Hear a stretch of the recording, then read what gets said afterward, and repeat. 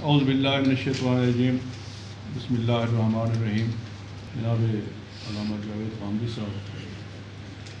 Council of national affairs کی آج کی اس نشست میں آپ کی تشریف آوری پر میں آپ کو خوش آمدید کہتا ہوں ممبران کی طرف سے، اور آپ کا میں شکر گزار ہوں کہ اپنی مصروفیات میں سے آپ نے کچھ وقت نکالا اور حسب روایت شفقت سے کام لیتے ہوئے آج آپ ہمارے پروگرام میں شریک ہو رہے ہیں۔ آپ کونسل سے پہلے متعارف ہیں۔ اس کی ہفتہ وار نشست میں مختلف قسم کے موضوعات پہ، جن میں زیادہ تر کرنٹ افیئرز ہوتے ہیں ملکی اور بین الاقوامی حوالے سے، ان پہ ڈسکشن ہوتی ہے، اور بہت سارے مواقع ایسے بھی آتے ہیں کہ جس میں انٹلیکچول لیول کی ڈسکشن ہوتی ہیں اور معاشرے کو، قوم کو یا ممالک کو، اقوام کو درپیش چیلنجز کے حوالے سے گفتگویں ہوتی ہیں۔ جیسے کہ ہم محسوس کرتے ہیں، تہذیبی، ثقافتی اور سماجی حوالے سے دور حاضر تغیرات اور تبدیلیوں کی زد میں ہے۔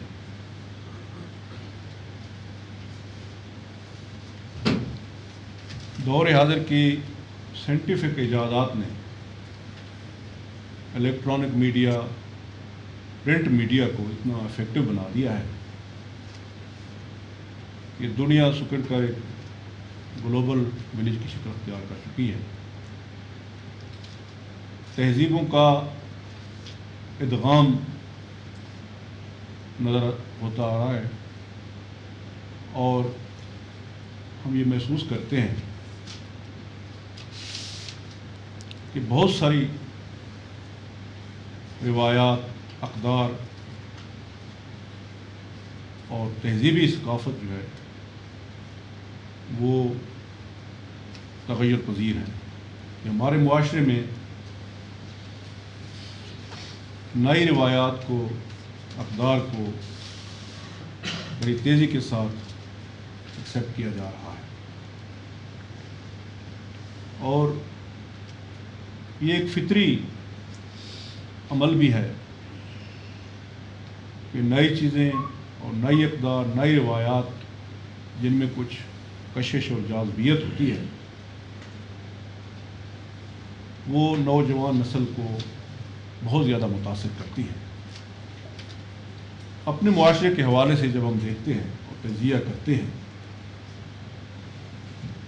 ہمیں نئی نسل میں مذہب سے روگردانی، اپنی روایات سے بغاوت اور اپنی اقدار سے ہٹ کر مغرب کی طرف سے یا دائیں بائیں جانب سے جو تہذیبی جلغار نظر آ رہی ہے، وہ ہماری نئی نسل کو بہت متاثر کر رہی ہے۔ چنانچہ بڑی سبک رفتاری سے اور تیزی کے ساتھ ہم اپنے کلچر میں ان کا ادغام ہوتا محسوس کرتے ہیں، لیکن اس کے ساتھ ساتھ آن دی ادر ہینڈ کہیں نہ کہیں ہمیں تہذیبی تصادم بھی محسوس ہوتا ہے، اور ریئیکشن کے طور پہ ہمارے بعض ادارے، بعض حلقے، بعض طبقے اس کی، ان روایات کی مخالفت کر رہے ہیں۔ ایسی سچویشن میں سب سے بڑی ذمہ داری اہل علم اور عقل یا اہل استدلال پہ عائد ہوتی ہے کہ وہ معاشرے کی کس طرح رہنمائی کرتے ہیں، خاص طر ایسے اہل علم لوگ جن کی شخصیت اور کلام میں جاذبیت ہو، جن کی گفتگو میں استدلال ہو، اور جن کی باتوں میں تاثیر ہو ہمارے معاشرے کے لیے، اور خاص طور پہ نئی نسل کے لیے ان میں کشش اور ایکسیپٹیبلٹی ہو۔ اس حوالے سے کام کرنے کی ضرورت ہے۔ چنانچہ کونسل آف نیشنل افیئرز کے گزشتہ سے پیوستہ بلکہ اس سے پہلے ایک اجلاس میں ان اقدار کی تبدیلیوں سے یا ثقافتی تغیرات سے یا سماجی انقلاب سے یہ سوال اٹھا کہ یہ ساری کی ساری صورتحال جو اس وقت ہماری سوسائٹی کے اندر سرایت کر رہی ہے، اور اس کے نتیجے میں جو ممکنہ تہذیبی تصادم ہے، اس کے اثرات کیا مرتب ہوں گے، اور یہ جو کچھ ہو رہا ہے اس کو کس طرح فیس کرنا چاہیے۔ کیونکہ کنفلکٹ کی شکل میں، تصادم کی شکل میں جو معاشرے پہ اثرات مرتب ہوتے ہیں، منطقی طور پہ ایک کنفلکٹڈ سوسائٹی پیدا ہوتی ہے اور بیمار معاشرہ جنم لیتا ہے جہاں یہ تصادم موجود ہو، اور قومی زندگی پہ اس کے بڑے دور رس اثرات مرتب ہوتے ہیں۔ سوال یہ پیدا ہوتا ہے کہ اس کو کس طریقے سے فیس کیا جائے۔ اس سے ہرگز مراد یہ نہیں ہے کہ مغرب کی طرف سے ہر آنے والی چیز یا ہر تبدیلی یا ہر ایونٹ کا ہم مخاصمانہ طور پہ یا مخالفانہ طور پہ مقابلہ کریں، بلکہ بہت ساری اچھی روایات، اچھی اقدار، اچھی چیزیں جو آ رہی ہیں، ان کو اپنے معاشرے کے لیے، اپنی تہذیب کے لیے ایکسیپٹیبل بنانے کے لیے کیا طریقہ ہو سکتا ہے۔ ہماری سوسائٹی کے اندر جو ایک طبقاتی پوزیشن ہے کہ دینی مدارس ہیں، انگریزی سکول ہیں، میڈیم اردو میڈیم والے ہیں، دیہاتی ماحول ہے، شہری ماحول ہے، آلریڈی بہت سارے کنفلکٹس موجود ہیں، اور ایسی صورت میں الیکٹرانک میڈیا کا یا ثقافتی جلغار کا جو اثر ہے اس سے کوئی انکار نہیں کر سکتا۔ میں سمجھتا ہوں کہ اہل علم پہ یہ ذمہ داری عائد ہوتی ہے کہ وہ قومی ضرورت کو محسوس کرتے ہوئے معاشرے کی رہنمائی کریں کہ ایسی صورتحال میں ہم کس طرح نابودرما ہو سکتے ہیں، کہ اچھی چیزوں کو ہمیں اڈاپٹ کریں، اور جو بری چیزیں آ رہی ہیں ان کو ہم کس طرح فیس کریں، اور ایسی صورت میں کہ تصادم کی شکل بھی نہ بنے اور معاشرے کے لیے بھی فضا بہتر سے بہتری کی طرف اور بہتری کی طرف جائے۔ آپ کو تکلیف دی ہے اسی ایشو پہ بات کرنے کے لیے سر، ہمیں خوشی ہے کہ آپ ہمارے درمیان موجود ہیں، اور آپ کی گفتگو سے ہم یقیناً محظوظ ہوں گے۔ میں آپ سے درخواست کرتا ہوں آپ گفتگو فرمائیں۔ الحمدللہ رب العالمین والصلاة والسلام علی محمد الامین۔ اعوذ باللہ من الشیطان الرجیم، بسم اللہ الرحمن الرحیم۔ میں آپ حضرات کا شکر گزار ہوں جی، آپ نے ایک طالب علم کی عزت افزائی کی ہے۔ میرا خیال تو یہ تھا کہ میں یہاں اس لیے حاضر ہوں گا کہ آپ حضرات کے افکار اور خیالات سے استفادہ کروں۔ مجھے ایک ہی دن پہلے یہ معلوم ہوا کہ اس استفادے کی ابتدا میری طرف سے کچھ معروضات پیش کرنے سے ہوگی۔ کیونکہ یہ اہل علم کا مجمع ہے، اس میں دانشور، صحافی اور اس سطح کے لوگ موجود ہیں، اس وجہ سے میں کوئی طول کلام سے کام نہیں لوں گا، مختصر طریقے سے اپنا نقطہ نظر بیان کر دوں گا، اور میری بھی یہ خواہش ہوگی کہ اس نقطہ نظر کے بارے میں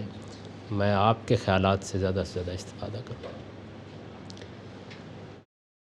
مجھے جو موضوع اس وقت گفتگو کے لیے دیا گیا ہے، اس میں سب سے پہلی چیز یہ ہے کہ بظاہر یہ معلوم ہوتا ہے کہ دور حاضر میں شاید ثقافتی الغار سے یا تہذیبی الغار سے ایک تصادم کی صورتحال پیدا ہو رہی ہے۔ مجھے اس سے انکار نہیں ہے کہ ایسا ہے، لیکن میں جب تاریخ پر ایک نظر ڈالتا ہوں تو یہ معلوم ہوتا ہے کہ دنیا میں جب بھی کوئی تہذیب غیر معمولی طریقے سے اپنے آپ کو سیاسی، معاشرتی، سماجی اور معاشی اعتبارات سے منظم کر لیتی ہے، تو اس کے کم و بیش اسی نوعیت کے اثرات ہوتے ہیں۔ اگر آپ پرانی تاریخ اٹھا کے دیکھیں تو یہ معلوم ہوگا کہ جب رومی تہذیب نے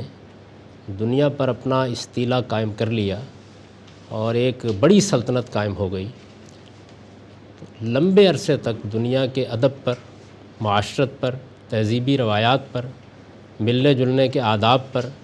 حد یہ ہے کہ جنگ و جدال تک کے قوانین پر اس کے اثرات رہے۔ جن لوگوں کی بھی تاریخ پر نظر ہے وہ یہ جانتے ہیں کہ جن اقوام پر رومی تہذیب کا غلبہ قائم نہیں ہوا اور عملی طور پر ان سے دور تھے، وہاں بھی اس تہذیب کی روایات، اس کے محاورے، اس کے اسالیب، اس کے انداز ایک مثالی چیز بن گئے ہوئے تھے۔ کم و بیش یہی صورتحال آپ اس وقت دیکھتے ہیں جب ایران میں ایک بڑی سلطنت قائم ہوئی اور اس سے ایک بڑی تہذیبی روایت نے جنم لیا، اور پھر گرد و پیش کے علاقوں میں ایرانی دربار کے آداب اور اس کی روایات گویا یوں سمجھ لیجئے کہ ایک ایسا نمونہ بن گئیں کہ ہر شخص یہ سمجھتا تھا کہ اسے اسی سانچے میں اپنے آپ کو ڈال کے دیکھنا چاہیے۔ مسلمانوں کے ساتھ بھی بالکل ایسا ہی معاملہ ہوا ہے۔ کم و بیش 1000 سال تک مسلمان دنیا پر حکومت کرتے رہے ہیں، اور یہ معلوم ہے کہ اس وقت دنیا کے باقی تمام ممالک میں اور تمام تہذیبوں میں کسی نہ کسی لحاظ سے ایسی ہی مروبیت کی صورتحال تھی جس طرح کی صورتحال آپ اس وقت محسوس کرتے ہیں۔ یعنی پڑھے لکھے طبقے پر غیر معمولی اثرات ہوتے تھے۔ حد یہ ہے کہ اس وقت اس کا موقع نہیں ہے، ورنہ میں آپ سے عرض کرتا کہ ایک دور ایسا گزرا ہے جس میں اسپین کے زیر اثر خود چرچ میں بہت سی تبدیلیاں اور تغیرات کیے گئے۔ ان کے لباس تک پر ہمارے لباس اثر انداز ہوئے، ان کی زبان پر ہماری زبان اثر انداز ہوئی، ہماری روایات میں جو چیزیں ان کے ہاں قابل قبول ہو سکتی تھیں ان کے مذہبی سانچے میں کم و بیش انہوں نے قبول کر لی۔ اور وہ دور ایسا ہے کہ اگر آپ چوتھی پانچویں صدی کے اسپین کے بعض لوگوں کے سفر نامے پڑھیں جو انہوں نے یورپ کی خاص طور پر سیر کے بعد لکھے ہیں، تو بالکل ایسے ہی محسوس ہوتا ہے کہ جس طرح اس وقت کی صورتحال ہے۔ یعنی وہ ایک بڑی بلند جگہ سے کھڑے ہو کر یورپ کو دیکھ رہے ہیں اور وہاں کے لوگوں کے جو حالات بیان کر رہے ہیں اس سے یہی لگتا ہے کہ وہ ترس رہے ہیں کہ کبھی ان کو اسپین جانے کا موقع مل جائے، کبھی وہاں کی کسی یونیورسٹی میں تعلیم پانے کا موقع مل جائے، کبھی انہیں وہاں کی لائبریریوں سے استفادہ کرنے کا موقع مل جائے، اور اسی طریقے سے وہاں کے محلوں میں کیا صورتحال ہے، وہاں کی گلیوں میں کیا صورتحال ہے، وہاں کی عبادت گاہوں میں کیا صورتحال ہے، وہ زیر بحث ہیں مختلف جگہوں پر، اور لوگ یہ خیال کرتے ہیں کہ ان کو ہمیں بھی اپنانا چاہیے۔ لباس پر، لکھنے کے انداز پر، کتابوں پر، ہر چیز پر اثرات ہوئے۔ آپ یہ دیکھیے کہ یورپ کے اگر آپ ادب کا مطالعہ کریں تو ایک پوری روایت ہے ادب کی جو اس زمانے کے ادب سے متاثر ہوئی ہے، یہاں تک کہ پھر اس کا آخری ظہور ڈیوائن کامیڈی میں ہوا۔ اور آپ دیکھیے کہ کم و بیش ہمارے ہاں جو معراج ناموں کا ایک پورا تصور ہے اس کے اوپر 15-20 اس درجے کی کتابیں لکھی گئیں، ان میں ڈیوائن کامیڈی کی زیادہ شہرت ہو گئی، ورنہ بڑے غیر معمولی اثرات ہوئے۔ تو یہ ہمیشہ ہوتا ہے۔ اس وجہ سے ایک تو اس صورتحال کو نارمل لینا چاہیے، یعنی میری اس تمہید سے مقصود یہ ہے کہ ایسا خیال نہیں کرنا چاہیے کہ یہ کوئی واقعہ یا حادثہ آج ہی پیش آیا ہے۔ دنیا میں جب بھی کوئی تہذیب اس درجے بلندی کے مقام پر پہنچی ہے، اس نے مادے کو توانائی میں بدلنے کے کوئی نئے ذرائع دریافت کر لیے ہیں، یا اس نے کوئی نئی تہذیبی روایات تخلیق کر دی ہیں، یا زمانے کے تغیرات کے ساتھ اس کو سیاسی غلبہ حاصل ہو گیا ہے، یا مختلف ممالک کو اس نے مفتوح کر لیا ہے، یا اس کے ہاں ایسے ادارے وجود میں آ گئے ہیں جس سے لوگ اپنے آپ کو سیکھنے کے مقام پر رکھ کر استفادہ کر سکیں، تو یہ ہوا ہے دنیا میں۔ چنانچہ اس وقت بھی یہی صورتحال ہے۔ البتہ جس چیز نے معاملے کو زیادہ وسیع بنا دیا ہے اور قابل غور بھی بنا دیا ہے، اور بڑی حد تک آپ کہہ سکتے ہیں کہ اس سے تشویش کے بھی کچھ پہلو پیدا ہو سکتے ہیں، وہ یہ ہے کہ سائنسی تحقیقات کے جو غیر معمولی نتائج اس پچھلے عرصے کے دوران میں نکلے ہیں، اس سے ظاہر ہے کہ مواصلات کے ذرائع میں بڑی غیر معمولی ترقی ہوئی ہے، ابلاغ کے ذرائع میں بڑی غیر معمولی ترقی ہوئی ہے، بلکہ اس پچھلے 15-20 سال کے عرصے کے دوران میں تو معلوم ہوتا ہے کہ دنیا نے صدیوں کی چھلانگیں لگا دی۔ یہ عمل اس میں کوئی شک نہیں ہے کہ اس لحاظ سے بہت مؤثر ہوتا چلا جا رہا ہے، اور جیسے کہ خاص طور پر انہوں نے اپنی تمہیدی گفتگو میں اشارہ بھی کیا کہ میڈیا کو جو غیر معمولی حیثیت حاصل ہو گئی ہے، یہ شاید اس سے پہلے کبھی اس طریقے سے حاصل نہیں ہوئی تھی، اور اس میں انسان کے لیے یہ ممکن ہو گیا ہے کہ وہ اب آپ کو کسی جلسہ عام میں بلائے بغیر اور کوئی تقریر کیے بغیر اور آپ کے ساتھ کوئی براہ راست ملاقات کیے بغیر ہزار ذرائع سے آپ تک پہنچ جائے، اور آپ کے دل کو، آپ کے دماغ کو، آپ کی روح کو اس کے اعماق میں اتر کر مفتوح کر سکے۔ یہ امکانات، اس میں کوئی شک نہیں کہ موجودہ زمانے میں نئے امکانات ہیں۔ لیکن ان امکانات کے اندر بھی ایک بڑا خیر چھپا ہوا ہے۔ اس کی وجہ یہ ہے کہ جب بھی کسی تہذیب کی سطح کی یلغار ہوتی ہے، اگر اس کے مقابلے میں کوئی واقعی قوی چیز، کوئی نظریہ، کوئی فکر، کوئی خیال، کوئی ادبی روایت موجود ہو، تو ذرائع ابلاغ یا مواصلات کے ذرائع یہ اپنی ذات میں سیکولر ہوتے ہیں، یعنی ان کا کوئی مذہب نہیں ہوتا۔ تو جتنے مواقع دوسروں کے پاس ہوتے ہیں کہ وہ ان کے ذریعے سے آپ تک پہنچ سکیں، وہی مواقع آپ کو بھی حاصل ہو جاتے ہیں کہ آپ بھی ان کے ذریعے سے دوسروں تک پہنچ سکیں۔ تو میں یہ سمجھتا ہوں کہ اس میں جس طرح ایک تشویش کا پہلو ہے، اسی طرح ایک خیر کا پہلو بھی اس میں نمایاں ہو جاتا ہے۔ یہ تو صورتحال کے بارے میں میرا زاویہ نظر ہے۔ اب اس کے بعد یہ سوال پیدا ہوتا ہے کہ تہذیب کی یلغار ہو گئی، افکار آ گئے، خیالات نے لوگوں کو مفتوح کرنا شروع کر دیا، زبان بدلی، لباس بدلا، سوچنے کے انداز بدلے، محاورے بدلے، اسالیب بدلے، نئی نسل نے اور طریقے سے سوچنا شروع کر دیا، لیکن اس میں کیا کوئی منفی پہلو ہے؟ یعنی یہ تہذیبوں کا ایک دوسرے سے متاثر ہونا، اثرات قبول کرنا، اس میں آخر تشویش کا پہلو کہاں سے پیدا ہوتا ہے؟ کیا یہ تشویش کا پہلو کسی تعصب کے بطن سے جنم لے رہا ہے یا اس کی کوئی حقیقت ہے؟ تو میں جب اس زاویے سے اس سارے معاملے کا جائزہ لیتا ہوں تو مجھے یہ محسوس ہوتا ہے کہ اس کو بھی ذرا الگ الگ کر کے دیکھنا چاہیے۔ مثال کے طور پر سائنسی علوم میں جو غیر معمولی ترقی ہوئی ہے اور جس کے ذریعے سے اس وقت ہم جس ماحول میں بیٹھے ہوئے ہیں، اس ماحول میں بھی آپ دیکھ لیں کہ کس درجے میں مغرب پہنچا ہوا ہے، اس میں کوئی ایک چیز بھی آپ ایسی نہیں بتا سکتے، ایک چیز بھی ایسی نہیں بتا سکتے کہ جس کے معاملے میں کوئی تشویش کا پہلو ہو۔ نہایت اطمینان کے ساتھ اس سے استفادہ کیا جا رہا ہے، بلکہ اس وقت تو صورتحال یہ ہے کہ مذہبی عناصر زیادہ استفادہ کر رہے ہیں اس سے، اور بہت آگے بڑھ کے استفادہ کر رہے ہیں۔ تو سائنسی تحقیقات کے جتنے کچھ بھی نتائج نکلے ہیں، ان میں سوائے 2-4 چیزوں کے جن کے اوپر بھی آپ اگر انگلی رکھیں تو وہ سائنس کے پہلو سے شاید رکھنی مشکل ہو، اس کے بعد سماجی پہلوؤں کے لحاظ سے کچھ بات کی جا سکتی ہے۔ باقی جہاں تک ذرائع کا تعلق ہے یا جو اسباب پیدا کر دیے گئے ان کا تعلق ہے، اور جس طریقے کے انکشافات کیے گئے ہیں اور جس طرح کائنات کو سمجھا گیا ہے اور اس سے جو ایجادات ہوئی ہیں اور جس طرح وہ ہماری زندگی میں داخل ہو گئی ہیں، ان میں سے کوئی چیز بھی ایسی نہیں ہے کہ جو کوئی بہت زیادہ باعث تشویش ہو سکتی ہے۔ دوسرا معاملہ سماجی علوم کا ہے، یعنی مغرب کے معاملے میں اس بات سے تو ہر آدمی واقف ہوتا ہے کہ انہوں نے آپ کے لیے بجلی ایجاد کر دی ہے، ان کو محکمے ایجاد کر دی ہے، انہوں نے آپ کے لیے F-16 ایجاد کر دی ہے، انہوں نے آپ کے لیے ایٹمی تحقیق کے ذرائع کھول دیے، انہوں نے یہ کر دیا، انہوں نے وہ کر دیا ہے۔ لیکن اس کے ساتھ سماجی علوم میں بھی اس سارے تہذیبی سفر میں غیر معمولی ترقی ہوئی ہے، یعنی وہ اپنی جگہ ایک اور مطالعے کا دائرہ ہے۔ سماجی علوم میں یہ ترقی کس درجے میں ہوئی ہے؟ اگر آپ مجھ سے پوچھیں تو میں چونکہ ان علوم کا طالب علم ہوں، اس سے زیادہ ہوئی ہے جتنی آپ سائنسی علوم میں دیکھ رہے ہیں، جن کو عام اصطلاح میں سائنسی علوم کہا جاتا ہے۔ ویسے تو سماجی سائنس بھی ایک طرح سے سائنس ہی ہے، زیادہ ہوئی ہے۔ اور اس میں آپ اس سے اس کا اندازہ کر سکتے ہیں کہ جتنے تصورات بھی سماجی علوم کے مذہب میں تھے یا فلسفے میں سامنے آئے اور جن کی اپنی ایک تاریخ تھی، ان میں سے ایک ایک چیز کو الگ لے کر اس کے اوپر علوم کے کثر تعمیر کر دیے گئے۔ یعنی اس وقت صورتحال یہ ہے کہ کاروبار تو ہمیشہ سے ہو رہا تھا، لیکن بزنس ایڈمنسٹریشن ایک سائنس بن چکی ہے۔ معیشت کا پہیہ ہمیشہ سے چل رہا تھا، لیکن اب معاشیات کا علم کوئی معمولی چیز نہیں رہا، یعنی اس نے بے شمار اطراف کا احاطہ کر لیا ہے اور اس میں نئی نئی دنیایں دریافت کر لی گئی ہیں۔ اسی طریقے سے آپ باقی علوم فنون پہ ایک نظر ڈال کے دے سکتے ہیں۔ حد یہ ہے کہ قانون جیسے معاملے میں بھی ہمارے ہاں مذہبی لوگ بہت کم اس بات سے واقف ہوتے ہیں، اتنے غیر معمولی معاملات ہوئے ہیں اور اس کی سائنس نے بھی اتنی ترقی کر لی ہے کہ اب جب ہم کبھی اپنے بعض قانونی معاملات کا اس سے تقابل کر کے دیکھتے ہیں تو معلوم ہوتا ہے کہ ہم بچوں کی سی باتیں کر رہے ہیں۔ اس درجے میں اس میں بھی ترقی ہوئی ہے۔ سماجی علوم چونکہ ظاہر ہے کہ مذہب، تہذیب اور افکار سے بھی متعلق ہوتے ہیں، تو یہ وہ دائرہ ہے کہ جس کے اندر اگر آپ دقت نظر سے دیکھیں تو کچھ تصادم کے بھی مواقع پیدا ہو گئے ہیں۔ یعنی ایسا نہیں ہے کہ یہ تمام سماجی علوم کی ترقی بالکل ہی غلط سمت میں ہو گئی ہے اور اس کے نتیجے میں سب کچھ بگڑ گیا، ایسا نہیں ہوا۔ اس میں بھی آپ کے لیے خیر کے بہت سے پہلو ہیں، استفادے کے بہت سے پہلو ہیں، اور میں یہ دیکھ رہا ہوں کہ غیر محسوس طریقے سے ہم اس سب کچھ سے استفادہ کر بھی رہے ہیں۔ یعنی دنیا میں جو انسانیت کا سفر ہوتا ہے، یہ اصل میں نہ تہذیبوں میں بانٹا جا سکتا ہے، نہ یہ مذاہب میں بانٹا جا سکتا ہے، یہ پوری انسانیت کی میراث ہوتی ہے اور انسان اس سے حاصل کرتا ہے۔ تاہم ہم جب اپنے پس منظر کے لحاظ سے دیکھتے ہیں تو معلوم ہوتا ہے کہ بعض تصادم کے مواقع پیدا ہو گئے۔ تصادم کے یہ مواقع کہاں کہاں پیدا ہوئے ہیں؟ میں جب اس کا ایک جائزہ لیتا ہوں اور میں کوشش کروں گا کہ بہت مختصر طریقے سے اس کی نشاندہی کر دوں،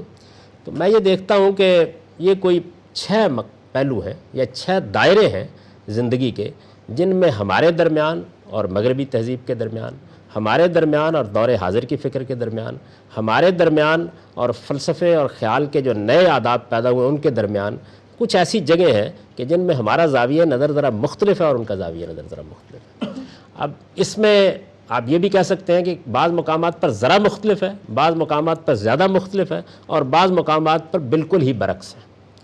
لیکن یہ دائرے کیا ہیں اور ان کی کیا نوعیت ہے، ان کو ایک ایک کر کے دیکھ لیجئے کیا ہے۔ ایک دائرہ اس میں خواتین کے بارے میں رویے کا ہے۔ ہماری تہذیبی روایت میں تہذیبی روایت کا لفظ استعمال کر رہا ہوں، میں نہیں چاہتا کہ اس وقت کبھی مذہب زیر بحث آئے۔ ہماری تہذیبی روایت میں صدیوں سے یہ چیز کم و بیش اسٹیبلش ہو گئی ہوئی تھی، اور اس نے بڑی حد تک مذہبی فکر میں بھی اپنے لیے جگہ پیدا کر لی ہوئی تھی کہ خواتین کا اصل دائرہ عمل ان کا گھر ہے، اور ان کی اصل ذمہ داری یہی ہے کہ وہ بچے پیدا کریں، ان کی نگہداشت کریں، ان کی پرورش کریں، ان کو پروان چڑھائیں، نئی نسلوں کی تربیت کریں، جس کو اقبال نے بیان کیا کہ بطول باش و پنہا شوزیں عصر کہ در آگوش شبیر بگیری۔ یہ ایک تصور ہے جو میں نے اس وجہ سے ان کا حوالہ دیا کہ ہمارا آخری بڑا آدمی بھی اسی پہلو سے اس سارے معاملے کو دیکھ رہا تھا۔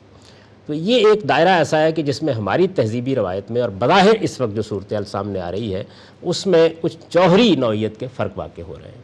ہم خواتین کے بارے میں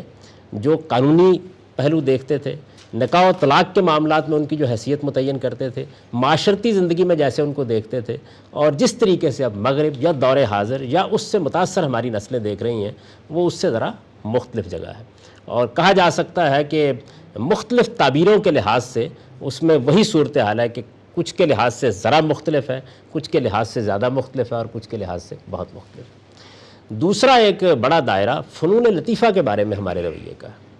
ہماری مذہبی روایت کے تحت جو تصورات ہمارے ہاں پیدا ہوئے ہیں ان کا اگر آپ جائزہ لیں تو یہ معلوم ہوگا کہ اگرچہ کوئی بہت قبول عام تو ان تصورات کو حاصل نہیں ہو سکا، لیکن عمومی طور پر ان کی روح ہمارے تصورات کے اندر کہیں نہ کہیں در آئی کہ ہم فنون لطیفہ سے متعلق ایک ذرا سا منفی تاثر رکھتے ہیں۔ اس میں خاص طور پر 2 چیزوں کا تو بہت ہی ذکر ہوتا رہتا ہے، تصویر ہے، موسیقی ہے۔ اب یہ دونوں چیزیں جو ہیں، ان میں سے موسیقی کو تو چلیے آپ ایک لہو و لعب کی چیز قرار دے کے ایک طرف رکھ دیں گے، لیکن تصویر کے معاملے میں غیر معمولی طور پر صورتحال میں تبدیلی آ گئی۔ یعنی وہ اب محض بادشاہوں کی تصویر بنا کے ان کے حضور میں پیش کرنے کی چیز نہیں رہی، اس نے علوم میں اپنا مقام پیدا کر لیا، ابلاغ میں اپنا مقام پیدا کر لیا، اس نے جرائم میں اپنا مقام پیدا کر لیا، اس نے اسٹیٹ کرافٹ میں اپنا مقام پیدا کر لیا۔ یعنی تمدن جس کو کہتے ہیں اس کی ایک غیر معمولی ضرورت کے طور پر سامنے آ گئی۔ میں اس وقت یہ نہیں کہہ رہا کہ غلط آئی یا صحیح آئی، میں صرف یہ عرض کر رہا ہوں کہ ایسا ہوا۔ اچھا، اسی طریقے سے ظاہر ہے کہ پہلے بھی لوگ کہیں نہ کہیں کسی کوٹھے پر جا کر گھنگروں کی جھنکار سنی لیتے تھے اور کچھ پازیب کے سپرد اپنے افکار و خیالات کو کر ہی دیتے تھے، لیکن موجودہ زمانے میں یہ چیز آپ کے بیڈ روم میں داخل ہو گئی، اور یہی چیز جو کسی زمانے میں ذرا آپ پستی کی جگہ پہ سمجھتے تھے، وہ آرٹ اور فنکاری کے نام پر ایک بڑے مقام پر آ گئی، اور اس کو سوسائٹی میں ایک بڑا درجہ بھی حاصل ہونا شروع ہو گیا۔ تو ہمارے جو پہلے تصورات تھے یا ہماری تہذیبی روایت میں جو چیزیں تھیں ان میں بظاہر، بلکہ یہاں میں عرض کروں گا کہ اس تہذیبی روایت کے بعض مذہبی تعبیرات کے پہلوؤں میں بھی ایک تصادم کی کیفیت محسوس ہوتی ہے۔ ایک درجے میں یہ لگتا ہے کہ یہاں شاید ہم کسی اور جگہ پر کھڑے تھے اور دنیا ہم کو دوسری جگہ پر کھڑا کرنا چاہتی ہے، اور اس کے بعد ظاہر ہے کہ نوجوان نسلیں جب اس صورتحال سے متاثر ہوتی ہے، اور چونکہ وہ حظ اٹھانے کا ایک عمل ہے، انسان کے اندر تفریح کے دائیات اس کی فطرت میں ودیت کیے گئے ہیں، وہ چیزوں کو اس زاویے سے بہت اہمیت بھی دیتا ہے۔ اور یہ جو جوانی کی عمر ہوتی ہے جس میں کوئی بڑے آدرش انسان کے سامنے اس طرح نہیں ہوتے، ان میں یہ چیزیں ویسے بھی بہت فیسینیٹ کرتی ہیں اور آدمی کو اپنی جانب متوجہ کرتی ہیں، تو ایک زیادہ تصادم بظاہر محسوس ہوتا ہے، جس میں کہیں تو صورتحال وہی ہوتی ہے کہ ہم ذرا سی انگشت بدندہ ہوتے ہیں، اور کہیں یہ صورتحال ہوتی ہے کہ ہم کچھ تیوری چڑھاتے ہیں، پھر کچھ یہی صورتحال یہ ہوتی ہے کہ کچھ قبولیت کے مقام پر کھڑے ہو جاتے ہیں، اور پھر بعض جگہ پہ یہ صورتحال ہوتی ہے کہ ہو سکتا ہے کہ ہمارے ہاتھ میں کوئی ڈنڈا ہو اور ہم پکڑ کے کسی محفل پر پل پڑے اور یہ کہیں کہ ہم اس کو نہیں ہونے دیں گے۔ یعنی یہ ایک کانفلکٹ یا ایک تصادم جو ہے یہ مختلف سطحوں پر اس میں نمودار ہوتا رہتا ہے۔ تیسرا جو دائرہ ہے وہ جرم اور گناہ کے بارے میں ہمارے اور دور حاضر کے بعض تصورات میں بعض مقامات پر فرق کا ہے۔ میں نے بعض تصورات اور بعض مقامات کے الفاظ استعمال کیے ہیں، اس لیے کہ گناہ اور جرم کے معاملے میں کوئی بہت بڑا اختلاف انسانی تہذیبوں کے درمیان میں ہو جانا یہ آسان کام نہیں ہے۔ یعنی ایسا نہیں ہو سکتا ہے کہ کسی دن یہ کہا جائے کہ چوری اب ایک اچھا کام بن گئی ہے، یا بددیانتی ایک اچھا کام بن گئی ہے، یا لوٹ مار ایک اچھا کام بن گئی ہے، یا کسی کے ساتھ زیادتی کرنا ایک اچھا کام بن گیا ہے، یا ملاوٹ کر لینا ایک اچھا کام بن گیا ہے۔ تو گناہ اور جرم کے تصورات بھی بڑی حد تک تہذیبوں کے درمیان انسانی درمیان ایک مشترک سرمایہ ہوتے ہیں، لیکن بعض جگہ ایسی ہیں کہ جن جگہوں پر ہم جن چیزوں کو گناہ کے دائرے میں رکھتے ہیں وہ بھی ان کو گناہ کے دائرے میں رکھتے ہیں، لیکن جرم کے دائرے میں نہیں لاتے، کیونکہ جرم کے معاملے میں ایک عمومی تصور دور حاضر میں جو مفکر اور فلسفی پیدا ہوئے ہیں، میں اس کا پس منظر پہ زیادہ نہیں جانا چاہتا، انہوں نے اس معاملے کو کم و بیش اسٹیبلش کر دیا کہ اصل میں جرم صرف وہی گناہ ہے، یعنی ایک گناہ جرم کے درجے میں کب پہنچتا ہے؟ گناہ جرم کے درجے میں اس وقت پہنچتا ہے جب وہ دوسرے انسانوں کی جان، مال، آبرو کے خلاف اقدام کی صورت اختیار کرتا ہے۔ اگر وہ اس دائرے میں نہیں پہنچا تو پھر وہ گناہ ہو سکتا ہے، لیکن وہ جرم کے دائرے میں نہیں پہنچتا۔ فرق کیا ہے؟ یعنی گناہ کا معاملہ اللہ اور بندے کے درمیان ہوتا ہے، یا معاشرے اور معاشرے کے افراد کے درمیان ہوتا ہے، لیکن جرم کے بعد معاشرے کو حق حاصل ہو جاتا ہے کہ وہ اقدام کرے، یعنی اس کے بعد تعذیب، سزا، سوسائٹی، حکومت، ریاست، یہ سب زیر بحث آ جاتے ہیں۔ تو اس میں بھی اگر میں مثال کے طور پر عرض کروں گا کہ بہت سے معاملات میں اس میں کوئی بڑا معاملہ نہیں ہے، لیکن چند حساس معاملات میں یہی صورتحال ہے۔ دو چیزوں کی مثال لے لیجئے۔ سود کے معاملے میں قدیم ترین تہذیبوں میں ایک اخلاقی گناہ کا تصور موجود رہا ہے، یعنی یہ کوئی معاملہ قرآن سے شروع نہیں ہوا، بائبل میں بھی اسی طریقے سے سود کی مذمت کی گئی ہے، تورات میں بھی اسی طریقے سے کی گئی ہے، انجیل میں بھی اسی طریقے سے کی گئی ہے، انبیاء کے صحائف میں بھی اسی طریقے سے کی گئی ہے۔ قدیم ماہر معیشت کو آپ پڑھیں، وہ بھی اس کو ایک اخلاقی برائی قرار دیتے ہیں۔ جدید ماہرین معیشت بھی ایسا نہیں ہے کہ اس کے معاملے میں بہت زیادہ رغبت کے مقام پر کھڑے ہیں، بلکہ اس کو ایک ناگزیر برائی ہی کی جگہ رکھتے ہیں۔ لیکن یہ معاملہ چونکہ باہمی رضامندی سے ہوتا ہے، یعنی اس میں ایسا نہیں ہوتا کہ کوئی کسی سے بالجبر سود لیتا ہے، باہمی رضامندی سے ہوتا ہے، تو دور حاضر میں جو گناہ اور جرم کے معاملے میں تصورات سامنے آئے ہیں، اس میں اس کو جرم قرار دینے کے لیے موجودہ ذہن تیار نہیں ہوتا۔ یعنی گناہ کا معاملہ زیر بحث نہیں ہے کہ یہ جرم جب یہ بنے گا تو اس کا مطلب یہ ہے کہ اب ریاست اس کو روکے گی، اب معاشرہ اس کو روکے گا، اب اس کے خلاف اقدام کیا جائے گا۔ یہی معاملہ جو ہے وہ زنا کا ہے۔ یعنی یہ بات تو سمجھ میں آتی ہے کہ کوئی آدمی زنا بالجبر کا ارتکاب کرتا ہے تو اس کو جرم قرار دے کر کارروائی کی جائے، یہ دور حاضر کی سمجھ میں آ جاتی ہے یہ بات۔ لیکن زنا اپنی ذات میں گناہ سے آگے جرم ہے، گناہ ہونے کے معاملے میں دو رائے نہیں ہیں۔ وہ مسیحی تہذیب میں بھی اسی طرح گناہ ہے، وہ بائبل میں بھی اسی طرح گناہ ہے، وہ ہر جگہ گناہ ہی ہے۔ یعنی ابھی ایسا نہیں ہوا کہ کسی تہذیب نے آگے بڑھ کر یہ کہا ہو کہ یہ کوئی بہت ہی ہنین مریا کرنے کا کام ہے، ایسا نہیں ہے۔ لیکن یہ کیا یہ جرم کے درجے کی چیز ہے؟ ہمارے ہاں آپ جانتے ہیں کہ یہ جرم ہے، لیکن یہ کہ مغرب یا دور حاضر کی تہذیب اس کو اس درجے میں لانے کے لیے تیار۔ آپ کے ذہن میں ہوگا، آپ لوگ صحافت سے تعلق رکھتے ہیں، کہ یورپی یونین میں ترک کا جو معاملہ ہو رہا ہے اس میں جو 4 بڑے اعتراضات کیے گئے ہیں، ان میں سے ایک یہ بھی ہے کہ ابھی وہاں زنا کو جرم سمجھا جاتا ہے، اور اس کے معاملے میں کچھ قانون سازی ہونی چاہیے، تو اس کے بعد دروازہ کھل سکتا ہے ان کے لیے اندر آنے کا۔ تو یہ وہ حساس جگہ ہیں جن میں ہمارے جرم اور گناہ کے تصورات میں کچھ تصادم پیدا ہوتا ہے۔ اس کے بعد ایک دائرہ وہ ہے کہ جس میں غیر مسلموں کے معاملے میں، یا یوں سمجھیے کہ ایک ہمارا مذہب ہے، اس مذہب سے جو لوگ تعلق نہیں رکھتے ان کے بارے میں رویوں کا مسئلہ ہے، اور یہ دونوں جگہ زیر بحث آتا ہے۔ یعنی جہاں کہیں مسلمانوں کی ریاست قائم ہے وہاں کیا صورتحال ہو۔ اب میں اس وقت اپنی کوئی رائے نہیں بیان کر رہا، بلکہ صرف اس پہلو کو نمایاں کرنے کی کوشش کر رہا ہوں جس میں ہمارے ہاں تصادم ہو سکتا ہے۔ ایک مذہبی تعبیر سامنے آتی ہے اور وہ یہ کہتی ہے کہ کسی بھی مسلمانوں کی ریاست میں غیر مسلم دوسرے درجے کے شہری ہیں اور ان کو اسی حیثیت سے رہنا ہے، وہ ذمہ کی حیثیت سے جزیہ دے کر اور پست ہو کر زندگی بسر کریں گے، وہ ریاست کے نظام میں اس طریقے سے شریک نہیں ہو سکتے۔ اب ظاہر ہے کہ ایک رویہ یہ وجود میں آ جاتا ہے، اس کو دور حاضر کا ذہن کسی طرح قبول کرنے کے لیے تیار نہیں۔ اس معاملے میں وہاں تک نوبت پہنچ چکی ہوئی ہے کہ اب دنیا کی 57-58 مسلم ریاستیں بھی اقوام متحدہ کے چارٹر پر دستخط کیے ہوئے ہیں، اور اس چارٹر کا اگر آپ مطالعہ کریں تو یہ بات آپ پر واضح ہو جائے گی کہ اس میں اس طرح کے بہت سے معاملات میں ان تصورات کے بالکل برعکس چیزیں ہیں جن کو مانا جا چکا ہے، اور جن کے اوپر گویا آپ کہہ سکتے ہیں کہ ایک عالمی کنسنسس واقع ہو چکا ہے، عالمی اتفاق رائے واقع ہو چکا ہے۔ تو ظاہر ہے کہ یہ وہ جگہ ہے کہ جس کے اندر تصادم کے مقامات موجود ہیں، اور یہی چیز پھر باہر نکلتی ہے۔ باہر نکلتی ہے تو آپ نے دیکھا ہوگا نا کہ اس طرح کی تعبیرات میں پھر ایک تصادم کی صورتحال پیدا ہوتی ہے کہ یہود و نصارہ مسلمانوں کے دوست نہیں ہو سکتے، اور یہ کہ مسلمانوں کو اگر کسی جگہ پہ اقتدار حاصل ہو جاتا ہے تو یہ ان کا مذہبی فریضہ ہے کہ وہ دنیا کی باقی حکومتوں کو اقتدار سے محروم کر دیں۔ دنیا میں لوگ اپنے مذہب کے ساتھ جی تو سکتے ہیں لیکن کسی دوسرے مذہب کے لیے اقتدار کو اسلام تسلیم نہیں کرتا۔ تو یہ ظاہر ہے کہ ایک ایسی صورتحال ہے کہ جس صورتحال کو آپ یا میں جو بھی بیان کرے گا تو اسے منتظر رہنا چاہیے کہ دوسرا بھی اس کے جواب میں ایک رد عمل کی صورتحال میں مبتلا ہوگا۔ غلط یا صحیح اس وقت زیر بحث نہیں ہے، میں یہ بتا رہا ہوں کہ یہ بھی ایک جگہ ہے کہ جس جگہ ہمارے جو رائج تصورات ہیں ان میں اور جو اس وقت دور حاضر کی ایک تہذیبی روایت بن رہی ہے اس میں بہت فرق ہے۔ پھر دیکھیں کہ اس معاملے میں موجودہ زمانے میں جب امریکہ بہت سے مذہبی لوگوں کو استعمال کر کے فارغ ہو گیا اور یہ معلوم ہوا کہ اب وہ کوئی اور کام تو نہیں کر سکتے اور انہوں نے امریکہ کی طرف رخ کر لیا، تو یہ سارے تصورات جو ہیں یہ ایک نچلی سطح پر پھر اس کے اوپر کی سطح کے اوپر زیر بحث ہیں، اور ان تصورات کے مطابق تعبیریں بھی ہو رہی ہیں اور ان تعبیروں کے اوپر ملیٹنٹ اسلام اور عام اسلام اور ریڈیکل اسلام اور پولیٹیکل اسلام اور اس طرح کی بہت سی تعبیریں جو ہیں وہ زیر بحث ہیں، وہ صحافت میں بھی زیر بحث ہیں، وہ علم میں بھی زیر بحث ہیں۔ اگر پچھلے کوئی 10-15 سال میں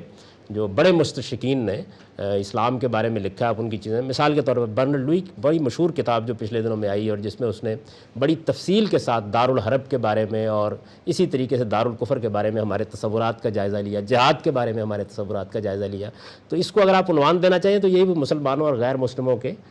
تعلقات کا باب ہے کہ جس میں کچھ تصورات ہمارے ہاں رائج ہیں، کچھ اس وقت دنیا کے اندر، یعنی 1215 کا میگنا کارٹا منظور ہوا، پھر اس کے بعد امریکہ کی جنگ آزادی ہوئی، پھر انقلاب فرانس ہوا، اور پھر اس کے بعد اقوام متحدہ کے چارٹر بنا، ایک عالمی نوعیت کا گویا کانٹریکٹ وجود میں آ گیا۔ اس سے کچھ تصادم کے مسائل پیدا ہوئے ہیں جن میں مسلمان کبھی ذرا زور کے ساتھ اپنی بات کہہ دیتے ہیں، کبھی ذرا دب کے اپنی بات کہہ دیتے ہیں، اور کبھی اس نوعیت کی بات ہوتی ہے، لیکن ہے یہ جگہ جس میں یہ مسائل آپ کے سامنے موجود رہتے ہیں۔ پھر ایک اور دائرہ یہ ہے کہ جس میں ہمارے اور ان کے یا دور حاضر کے مسلمہ تصورات میں ایک کانفلکٹ یا ایک تصادم کی صورت پیدا ہوتی ہے، وہ یہ ہے کہ اگر کبھی کوئی مسلمانوں کی ریاست قائم ہو جائے اور وہ یہ فیصلہ کر لے کہ وہ ایک جس طرح کہ آج کل یہ تعبیر اختیار کی گئی، یہ تعبیر اسی زمانے کی تعبیر ہے، اس سے پہلے ہمارے یہاں استعمال نہیں ہوتی تھی، کہ وہ اسلامی ریاست بن جائے، اسلامک اسٹیٹ بن جائے، اور یہ پاکستان کے قیام کے بعد بہت استعمال ہوئی، ہمارے مفکرین کی تحریروں میں بھی استعمال ہوئی اور عام جگہوں پر بھی استعمال ہوئی۔ تو اگر یہ بن جاتی ہے تو اس کے بعد کیا ریاست کو اپنے لوگوں پر مذہب کے نفاذ کا حق حاصل ہے یا نہیں حاصل ہے؟ اب ظاہر ہے کہ اس کے 3 غیر معمولی نمونے اس دور میں سامنے آ گئے، یعنی یہ معاملہ تو نظری سے زیادہ عملی ہو گیا۔ آپ کو معلوم ہے کہ پچھلی صدی کی ابتدا میں سعودی عرب میں ایک مذہبی تحریک کے نتیجے میں ایک بظاہر مذہبی حکومت قائم ہوئی۔ اس حکومت سے آپ کو اختلاف ہو سکتا ہے، مجھے اختلاف ہو سکتا ہے، لیکن وہ بہرحال محمد بن عبد الوہاب کی تحریک کے نتیجے میں قائم ہوئی، اور مذہبی علماء کے درمیان اور سیاسی لوگوں کے درمیان ایک کانٹریکٹ کے نتیجے میں وجود میں آئی، اور اس میں یہ طے کیا گیا کہ مذہب کی ایک خاص تعبیر کو سوسائٹی میں نافذ کیا جائے گا۔ ظاہر ہے کہ اس کا ایک پورا نمونہ سامنے ہے، جس میں ابھی 5 سال پہلے تک یہ بحث ہو رہی تھی کہ کیا اب خواتین کو اجازت دے دی جائے کہ وہ ڈرائیونگ کر سکیں، یعنی میں نے صرف ایک مثال دی، اور اس میں بہت سی چیزیں اس نوعیت کی تھیں جو سوسائٹی پر لاگو کر دی گئی۔ اسی طرح کا معاملہ ایران میں ہوا، وہاں ظاہر ہے کہ بالکل تھیوکریٹک گورنمنٹ وجود میں آئی اور اس میں مذہبی علماء کے ہاتھ میں اقتدار دے دیا گیا، بلکہ آئینی لحاظ سے اس کے لیے مذہبی ادارے بنا دیے گئے، اور اس کے تحت پھر بہت سے احکام، بہت سے اس طرح کے معاملات جو تھے وہ سوسائٹی پر بھی نافذ ہوئے، وہ فنون لطیفہ تک گئے، وہ عورتوں کے معاملات تک گئے، وہ اور بہت سی چیزوں پر گئے، صحیح گئے غلط گئے یہ ابھی زیر بحث نہیں ہے، لیکن یہ معلوم ہوا کہ اگر مسلمانوں کے ہاتھ میں اسلام کے حوالے سے اقتدار آتا ہے تو وہ اپنی سوسائٹی کے ساتھ کچھ معاملہ کرنا چاہیں گے اس نوعیت کا۔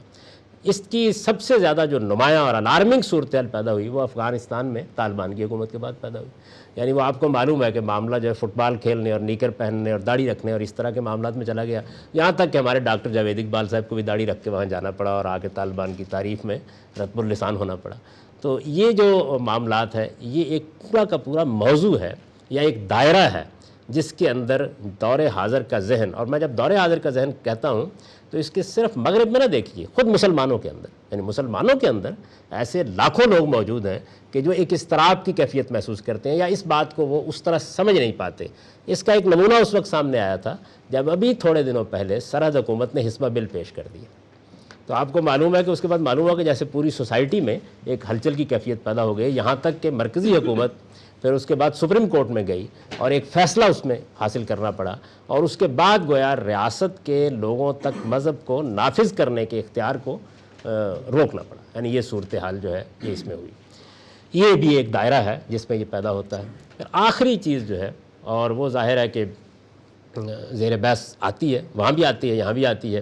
وہ یہ ہے کہ ریاست کو کیا کچھ قوانین کا بھی پابند کر دیا گیا ہے کہ جن قوانین کو اس نے نافذ کرنا ہے. اور ظاہر ہے کہ وہ قوانین جن کو خود ریاست نہ، ایک تو یہ نا کہ ریاست نے لوگوں کو کس چیز کا تابع کرنا ہے، ایک یہ کہ اس نے اپنے نظام میں کچھ چیزوں کو نافذ کرنا ہے، جس میں مثال کے طور پر آپ کے یہاں حدود آرڈیننس کا مسئلہ آپ جانتے ہیں کہ ایک بڑے کانفلکٹ کا باعث بن گیا.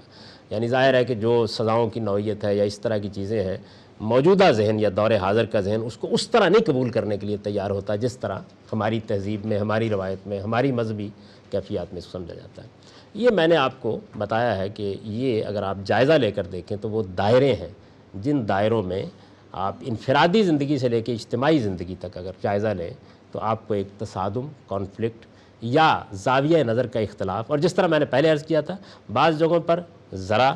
اختلاف، بعض جگہوں پر زیادہ، اور بعض جگہوں پر بہت بالعکس صورتحال یا برخلاف صورتحال کا نظر آتا ہے. اب یہ سوال پیدا ہوتا ہے کہ یہ صورتحال جب اسی طرح موجود ہے، اور ظاہر ہے کہ یہ دور حاضر کا پورا ذہن خواہ وہ مغرب میں ہو، خواہ وہ مشرق میں ہو، اور خواہ وہ خود آپ کے اور میرے ہاں اندر پایا جاتا ہو، ہماری اپنی اولاد، بچے، ظاہر ہے کہ سب اس سے متاثر ہو رہے ہیں. وہ چیز ہمارے گھروں میں بھی آ رہی ہے، وہ ہماری درسگاہوں میں بھی جا رہی ہے، اور ہمارے میڈیا پر بھی اسی طریقے سے آ رہی ہے. تو اس میں کیا کیا جائے؟ یعنی معاملے کی نوعیت کیا ہے؟ کیا یہ سارا جتنے تصادم کے دائرے میں نے آپ کے سامنے رکھے ہیں ان سب میں پسپائی اختیار کر کے ایک طرف بیٹھ جایا جائے، یا ان کے معاملے میں کوئی راستہ تلاش کرنے کی کوشش کی جائے، یا اس میں آگے بڑھ کر کوئی اقدام کیا جائے؟ کیا کیا جائے؟ میں جہاں تک کہ سارے معاملے کا جائزہ لے سکا ہوں، میرا نقطہ نظر یہ ہے کہ اس میں ایک کام جو سب سے شاید اولین کام ہے اور جس کی طرف ہم کبھی بھی توجہ دینے کے لیے تیار نہیں ہوتے، وہ یہ ہے کہ مذہب کے نقطہ نظر سے، اور مذہب چونکہ بڑی ایک مؤثر چیز ہے اور سوسائٹی میں ہر دائرے میں آپ نے دیکھا ہے کہ وہ اپنی نمود کرتا ہے اور دکھاتا ہے. کبھی جذباتی پہلو سے دکھائے گا، کبھی فکری پہلو سے دکھائے گا، کبھی تہذیبی اعتبار سے دکھائے گا، کبھی سماجی روابط میں دکھائے گا، اور کئی مرتبہ ایسا بھی ہوتا ہے کہ سیاست پر اثر انداز ہو جاتا ہے اور کبھی سیاست اس کو استعمال کر لیتی ہے. یعنی یہ سارے معاملات چونکہ بڑے پیمانے پر دنیا کی تاریخ میں بھی ہوتے رہتے ہیں، اور میرا نہیں خیال کہ کبھی ختم ہوں گے. یعنی لوگ بہت اطمینان سے بیٹھے ہوئے ہوتے ہیں کہ اب نہیں ہوگا، یک بیک معلوم ہوتا ہے کہ پھر ہونا شروع ہو گیا. تو یہ چونکہ یہ معاملہ اس طریقے سے ہوتا رہے گا، اس وجہ سے میں یہ سمجھتا ہوں کہ یہ جتنا بھی میں نے کانفلکٹ آپ کے سامنے رکھا ہے،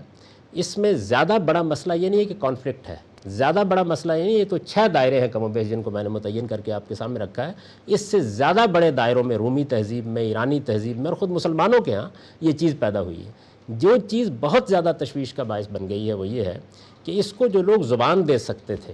وہ ظاہر ہے کہ آپ کی مذہبی تعلیم کے پس منظر سے آتے ہیں بنیادی طور پر. اور سوسائٹی ایسے معاملات میں، خاص طور پر مسلمانوں کی سوسائٹی ناگزیر طور پر ان کی جانب دیکھتی ہے.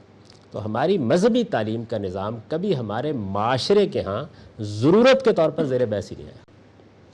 یعنی یہ میں جو الفاظ استعمال کر رہا ہوں، آپ کہیں گے بڑے مدرسے قائم ہیں، آپ کہیں گے بڑی مسجدیں قائم ہیں،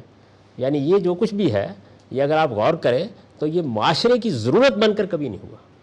یعنی کچھ لوگوں نے تو ظاہر اپنے کنوکشن سے یہ کام کیے ہیں، اچھے کیے برے کیے، یہ زیر بحث نہیں ہے. معاشرے نے کبھی اس کو اپنی ضرورت نہیں سمجھا. معاشرہ صحت کا اہتمام کرنے کو ایک ضرورت سمجھتا ہے، بچوں کی تعلیم دینے کو ایک ضرورت سمجھتا ہے. حتیٰ کہ ہمارے جو کاروباری لوگ ہیں وہ یہ محسوس کرتے ہیں کہ پنجاب یونیورسٹی میں بہت معذرت کے ساتھ آپ موجود ہیں اس لیے عرض کر رہا ہوں کہ بہت اچھے ہمیں بزنس ایڈمنسٹریشن کے لوگ نہیں دے رہی، تو وہ اپنا ایک لمس کے نام سے بڑا انسٹیٹیوٹ بھی بنانے کے لیے روپیہ دینے کے لیے تیار ہو جاتے ہیں، دنیا بھی ان کی مدد کرنے کے لیے تیار ہو جاتی ہے. میں صرف اس نفسیاتی کیفیت کی طرف اشارہ کر رہا ہوں کہ آپ اسے ضرورت سمجھتے ہیں اپنی.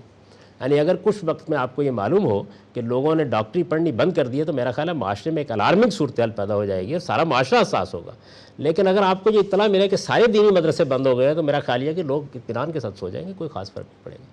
یعنی معاشرے کی ضرورت آپ کی دینی تعلیم ہے یا نہیں. میرا احساس یہ ہے کہ معاشرہ بحیثیت معاشرہ بحیثیت اکائی، معاشرہ بحیثیت ایک نظم کے اس کی کوئی ضرورت نہیں محسوس کرتا. اچھا، لیکن آپ ضرورت محسوس کریں یا نہ کریں، بہرحال دنیا میں خدا کا قانون یہ ہے کہ کچھ کام ہوتے رہتے ہیں.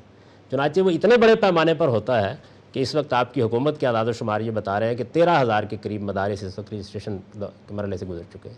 اور پچھلے دنوں جو ایک کنووکیشن ہوا تھا ایک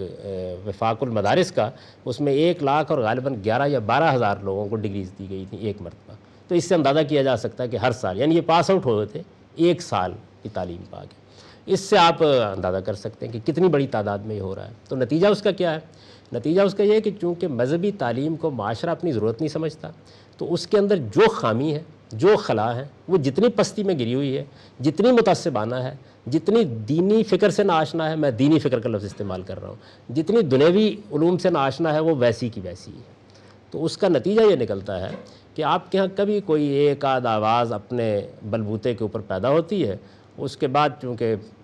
گرد و پیش کی پوری فضا کم و بیش مذہبی لحاظ سے معاندت کے مقام پر کھڑی ہوتی ہے، تو پھر کچھ تحسین حاصل کر کے، کچھ تبریک حاصل کر کے، کچھ طعن و تشنیع کے ہدف سہ کے ختم ہو جاتی ہے. یعنی اس کی نوعیت کم و بیش پورے عالم اسلام میں یہی صورتحال ہے. یعنی اگر کچھ نئی یونیورسٹیاں، نئے ادارے قائم بھی ہوئے ہیں، تو میں بالکل واقفیت کی بنیاد پر آپ سے ذکر کر رہا ہوں کہ وہ ان میں سیاسی مقاصد زیادہ تھے، ان کے اندر اس پہلو کو ایک معاشرے کی ضرورت سمجھ کر کبھی اختیار نہیں کیا گیا. اس کا جو نتیجہ ہے وہ یہ ہے کہ ہمارے پاس دین کا اس درجے کا عالم پیدا کرنے کا کوئی نظام ہی نہیں ہے کہ جو اس کانفلکٹ کو اس کی روح میں سمجھ سکے، اور پھر اس کے بعد یہ اندازہ کر سکے کہ اس میں جو تصادم کی کیفیت ہے، جس کو میں نے بیان کیا تھا، ذرا زیادہ یا بہت بالعکس، کیا وہ حقیقت میں ایسے ہی ہے، یا اس کو کم و بیش کیا جا سکتا ہے، یا اس کے پیش کرنے کے انداز کو اس انداز میں بدلا جا سکتا ہے کہ جس کے نتیجے میں ذرا زیادہ قربت پیدا ہو جائے. یا اگر فرض کر لیجئے کہ قربت کا کوئی امکان نہیں ہے، ہم تصادمی پر کھڑا ہونا چاہتے ہیں، تو وہ تصادم بھی کسی ہوش گوش اور علم و عقل کے ساتھ پیدا کیا جا سکے. یہ چیز نہیں ہے بالعموم. چنانچہ اس کا نتیجہ کیا نکلتا ہے؟ اس کا نتیجہ یہ نکلتا ہے کہ معاشرہ، یعنی یہ سارا کا سارا ہمارا معاشرہ بحیثیت مجموعی کسی اور مقام پر کھڑا ہوتا ہے، اور عام طور پر مذہبی ذہن تعبیر میں، دین میں ایک بالکل دوسرے مقام پر کھڑا ہوتا ہے. تو نتیجتاً میں نے اس کو ایک مرتبہ اس طرح ادا کیا تھا کہ مذہب کی کوئی حیثیت نہیں ہوتی جب تک، میں معاشرے کے لحاظ سے عرض کر رہا ہوں، جب تک وہ تہذیب نہیں بن جاتا، وہ قانون نہیں ہوتا. تو معاشرے کے اندر اس کے تہذیب بننے کا عمل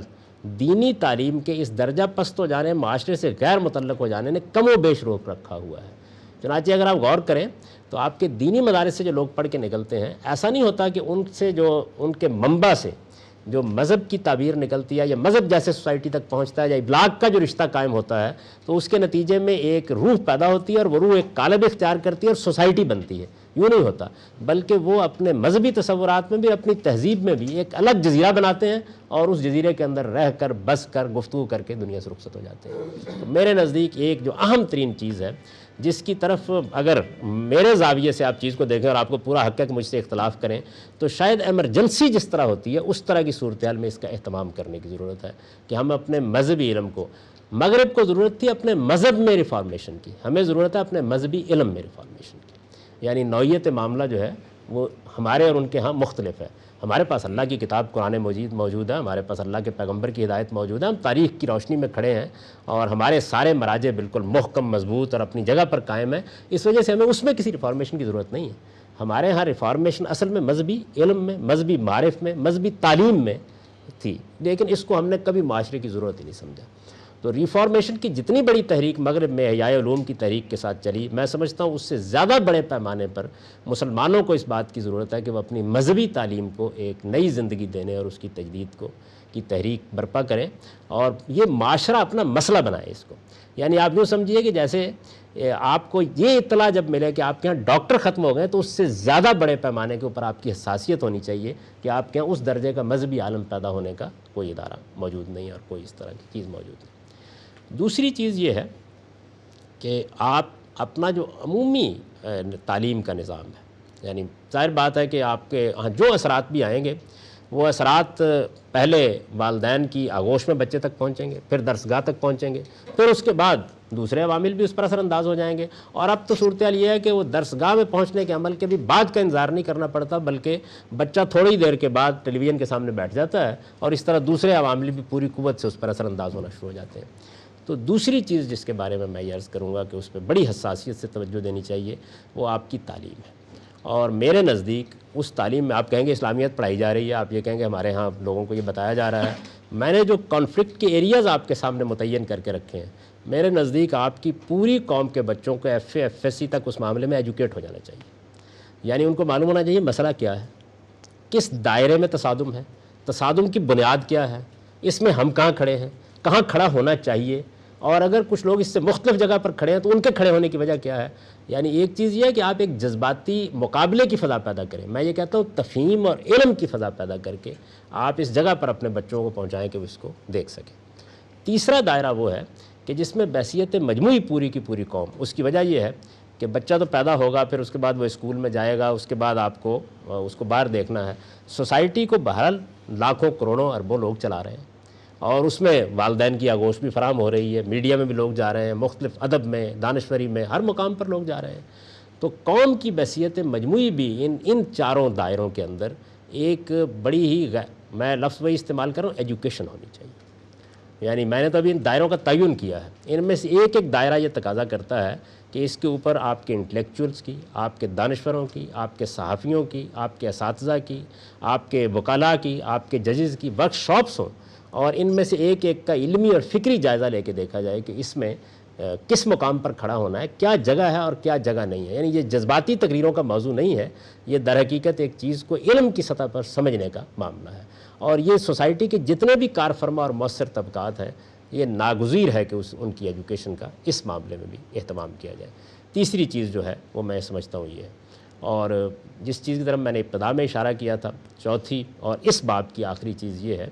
کہ آپ کے پاس جو اللہ تعالیٰ نے ابلاغ کے ذرائع پیدا کر دیے ہیں، تو میں نے یہ عرض کیا تھا کہ جیسے وہ ایک بڑی ثقافتی یلغار کا ذریعہ بن رہے ہیں، اگر آپ کا علم محکم ہو، آپ ان دائروں کو ٹھیک متعین کر لیں، اور آپ کی صلاحیتیں واقعی اس چیلنج کو محسوس کر کے اپنے آپ کو تیار کریں، تو وہی چیز جو اس وقت آپ کے لیے شر بن رہی ہے، اسی کو آپ پوری قوت کے ساتھ استعمال کر کے خیر میں بدل سکتے ہیں۔ اس میں بھی میں نہیں محسوس کرتا کہ معاشرے کی سطح پر یا تنظیم کی سطح پر یا سوسائٹی کی سطح پر یا ریاست کی سطح پر کبھی ہم نے کوئی تشویش محسوس کی ہے یا کسی پلاننگ کے ساتھ یہ کام کیا ہے، بلکہ ہوا یہ ہے کہ جیسے جیسے یہ ذرائع لوگوں کے لیے عام ہوتے چلے گئے ہیں، تو ہمارے ہاں جو مذہب کی بدترین تعبیریں تھیں وہ پوری قوت کے ساتھ سوسائٹی تک پہنچنی شروع ہو گئی ہیں۔ یعنی پہلے ان کو پہنچنے میں اگر کوئی رکاوٹ تھی، ایک صاحب نے مجھ سے ایک مرتبہ کہا، بلکہ ایک صاحب کیا، آپ کی ایک ذمہ دار ترین شخصیت نے مجھ سے یہ کہا کہ ہم نے بڑا غیر معمولی اہتمام یہ کیا ہے کہ مدرسوں کے اندر اب ہم کمپیوٹر کی تعلیم بھی دے رہے ہیں اور ہم ریاضی بھی پڑھا رہے ہیں۔ تو میں نے کہا کہ اس کے مطلب یہ ہے کہ جو جہالت پیدا ہو رہی تھی اس کو آپ جدید ذرائع سے مسلح بھی کر رہے ہیں،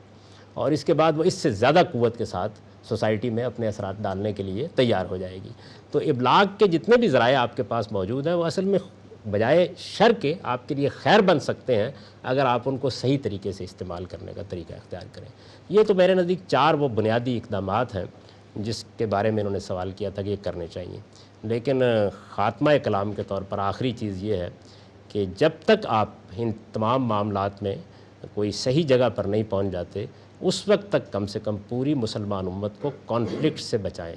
اس کے لیے امن کی مہلت خریدیں۔ اور یہ جو ہمارے ہاں عام طور پر مذہبی طبقہ بھی بعض نعرے لگا کر اور بعض احتجاجی فضا پیدا کر کے مسلمانوں کو پے در پے مروانے کے طریقے اختیار کرتا رہتا ہے، اور دانشور بھی اور صحافی بھی، اس کی وجہ یہ ہے کہ یہ بڑی سستی چیز ہوتی ہے کہ آپ لوگوں کے جذبات کو بھڑکا دیں۔ تعمیر کا کام بہت مشکل کام ہوتا ہے، اس سے اجتناب کیا جائے، اس وقت تک اجتناب کیا جائے، ورنہ مجھے شدید اندیشہ ہے کہ ہم قبل از وقت ایک ایسی صورتحال اپنے لیے پیدا کر لیں گے۔ اور میں آپ سے عرض کروں کہ جس دشمن کے آپ مقابلے میں کھڑے ہیں اس کی کوئی اخلاقیات نہیں ہے کہ آپ یہ خیال کریں کہ وہ ان چیزوں کا لحاظ کرے گا، اس نے اپنا کام اپنے طریقے سے کرنا ہوتا ہے۔ میں دشمن کا لفظ بڑے وسیع معنی میں بول رہا ہوں، کسی خاص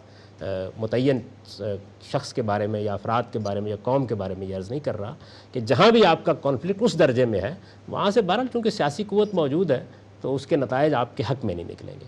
اتنا وقفہ ضرور حاصل کر لیجئے کہ آپ تعمیر کا یہ کام کر سکیں، اور اس کے دوران میں زبان، لب و لہجہ، اسلوب، آنے والے حالات میں آپ کا رد عمل کیا ہونا چاہیے، اس کو بہت سوچ سمجھ کے اختیار کرنا چاہیے۔ بلکہ میں اگر اس کو ایک لفظ میں ادا کروں تو میں یہ کہوں گا کہ تعمیر کے پروگرام پر اپنی قوتیں صرف کیجئے، اس کے لیے اپنی قوم کو تیار کیجئے اور اس کی بنیادیں استوار کیجئے۔ یہ جو 200 سال سے رد عمل کی نفسیات میں ہم گفتگو کرتے، بات کرتے، اقدام کرتے اور اس کے بعد گھر میں آ کر بیٹھ جاتے ہیں، اس سے نجات حاصل کر لی جائے، کم سے کم اتنے وقت کے لیے جتنے وقت کے لیے آپ کو یہ تعمیر کا کام انجام دینا ہے۔ یہ جی مختصر سی گزارشات ہیں، اگر اس میں کوئی بات گراں گزری ہو تو بہت معذرت خواہ ہوں، آپ نے بلایا تو ظاہر ہے کہ جو میرے خیالات ہیں وہی مجھے کہنے تھے۔ اقول و قولی ھذا واستغفر اللہ۔ میرا سوال غامدی صاحب سے یہ ہے کہ آپ لفظ آپ نے استعمال کیا ہے مذہبی تعلیم، جب کہ اگر ہم صرف مجرد طور پہ تعلیم کو لیں تو اگر ہم خالی تعلیم کو ترقی دیں پاکستان میں یا مسلمان ملکوں میں، تو آیا مذہب اور اخلاقیات اور سماجیات اور سوشل سائنسز اسی میں نہیں آ جائیں گی؟ کیا ہم ضرور ایک مذہبی تعلیم کو ایک الگ کمپارٹمنٹ دیں کہ جس نے صرف قرآن پڑھا ہو اور حدیث کا علم لیا ہو، بس اسی کے پاس ہم جا سکتے ہیں پوچھنے کے لیے؟ یا کہ اگر ہم اپنے ذہن کو ویسے ہی فلاسفی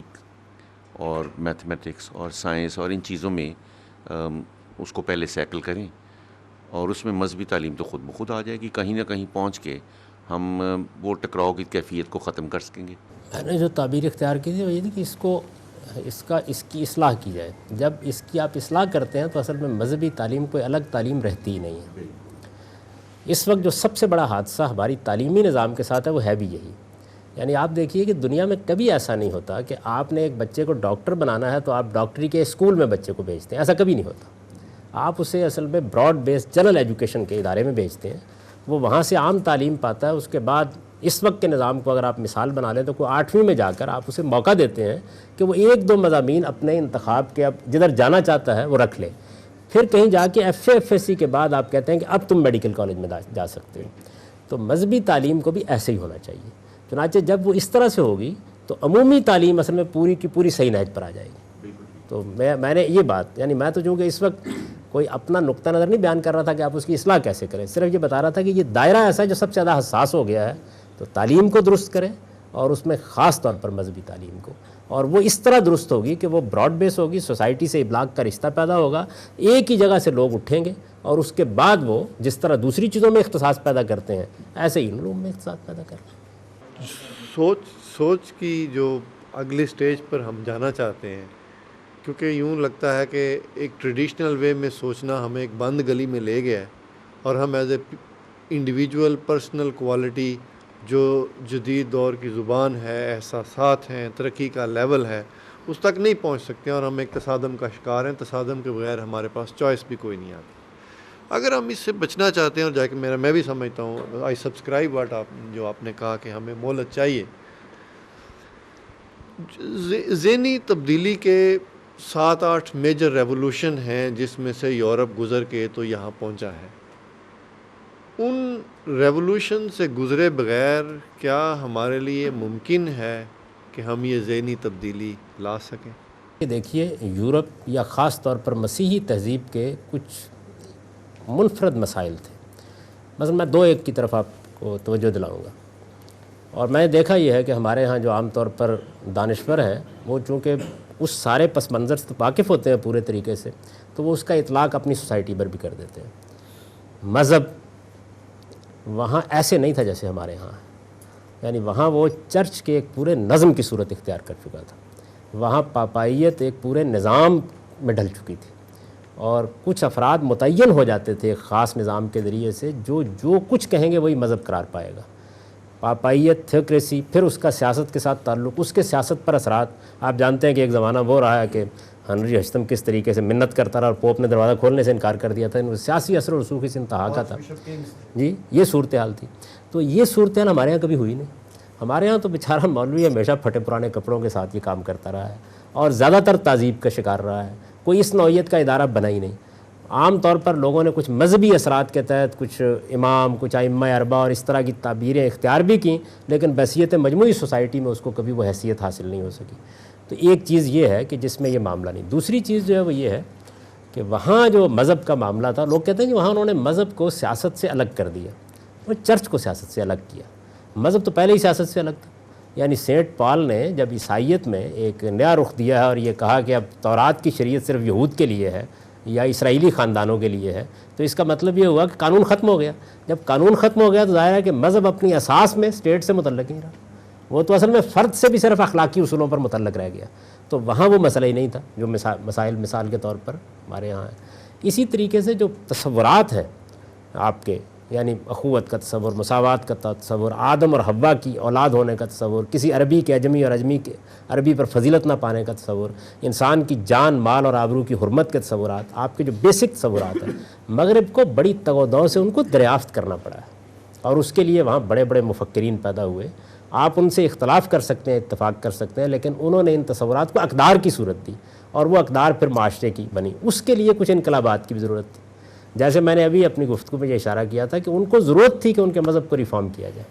ہماری ضرورت یہ ہے کہ صرف مذہبی علوم کو ریفارم کیا جائے، یعنی ہمارے ہاں اصل انحطاط وہاں ہے۔ تو اس لیے میرا ذاتی احساس یہ ہے کہ ہمیں اتنے بڑے صدموں سے گزرنے کی ضرورت نہیں ہے۔ اگر ہم جس طرح میں نے آپ سے عرض کیا ہے کہ اپنی تعلیم کے معاملے کو اگر درست کرنے میں کامیاب ہو، جیسے معاشرے کا مسئلہ بنا کے کامیاب ہو جائے درست کرنے میں، تو یہی چیز آہستہ آہستہ ایک تبدیلی اور انقلاب میں بدل جائے گی۔ میرے ذہن میں یہ سوال ابھرتا ہے کہ اس ترقی کا فائدہ یہ ہونا چاہیے تھا کہ بھوکے کو روٹی ملتی، امیر غریب کا فرق کم ہوتا،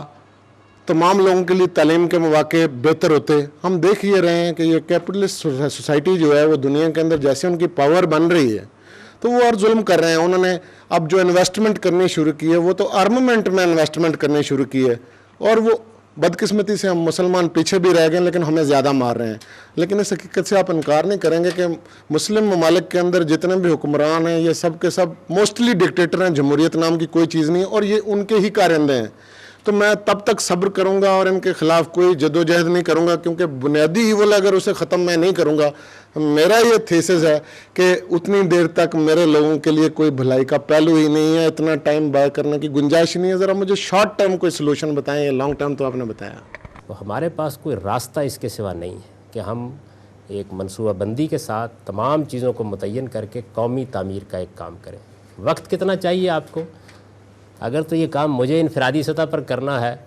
اور اس کی ابتدا اسی طرح کرنی ہے جس طرح کہ پیغمبروں نے ابتدا کی ہے کہ ایک آواز اٹھی، پھر 4 آدمی اس کے موافق ہوئے، پھر چند نسلوں میں سے گزری، تو شاید 400 سال چاہیے، شاید 200 سال چاہیے، شاید 100 سال چاہیے میں۔ اگر اس کو معاشرے کی آپ ضرورت بنا دیں تو یہ 10-15 سال کی چیز ہے، یعنی آپ نئی نسل پیدا کر دیتے ہیں 15-20 سال کے اندر اندر، یہ کوئی بڑا معاملہ نہیں ہے۔ جس کو میں نے یہ عرض کیا آپ سے کہ آپ وقت خریدیں، اس کا مطلب یہ نہیں ہے کہ آپ ہر راستہ بند کر دیں گے، نہیں، کم سے کم آپ جو آپ کو اکھاڑ پھینکنا چاہے، جو آپ کی دشمنی پر اتر آئے، جو آپ کے خلاف کوئی اقدام کرے، اس کو اپنے کسی اقدام سے اس کا موقع نہ دیں۔ اس میں اب آپ کہیں گے کہ اب تم پھر مذہبیات کی بات کر رہے ہو، اس میں خدا نے ضمانت دے رکھی ہوئی ہے کہ اگر آپ اپنی طرف سے غلط اقدام نہیں کریں گے تو پھر آپ کو آنے والی طاقت سے خدا بچانے کا اہتمام کرے گا۔ ایڈونچرزم نہ کریں۔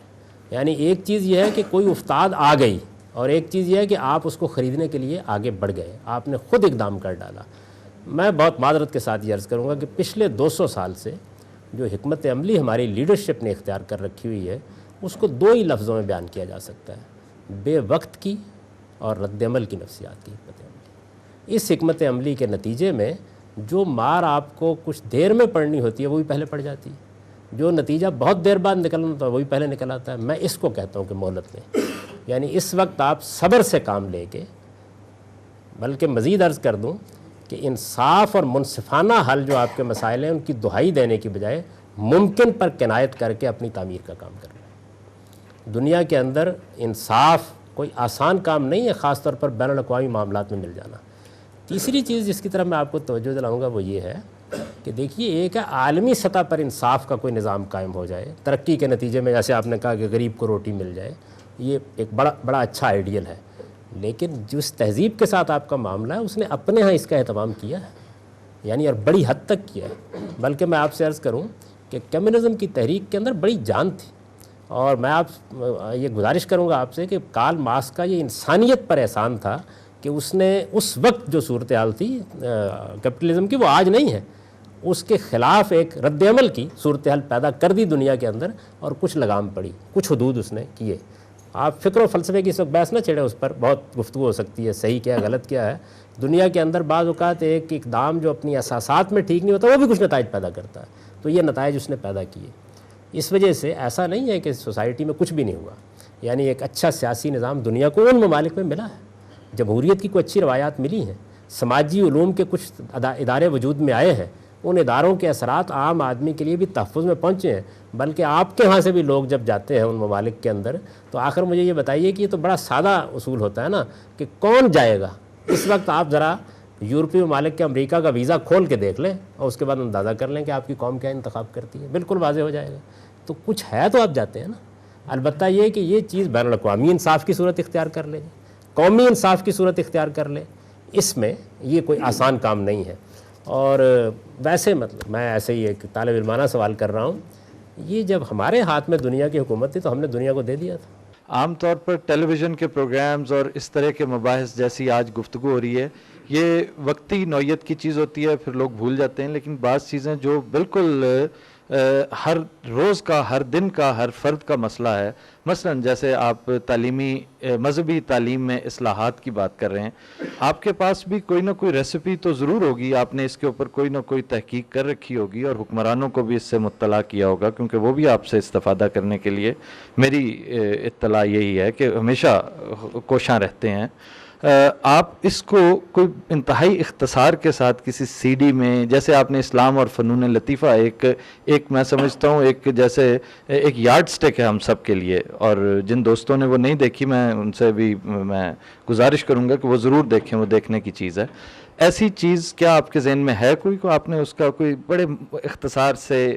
45 منٹ کے ایک لیکچر میں اس کی کوئی راہیں متعین کر رکھی ہوں؟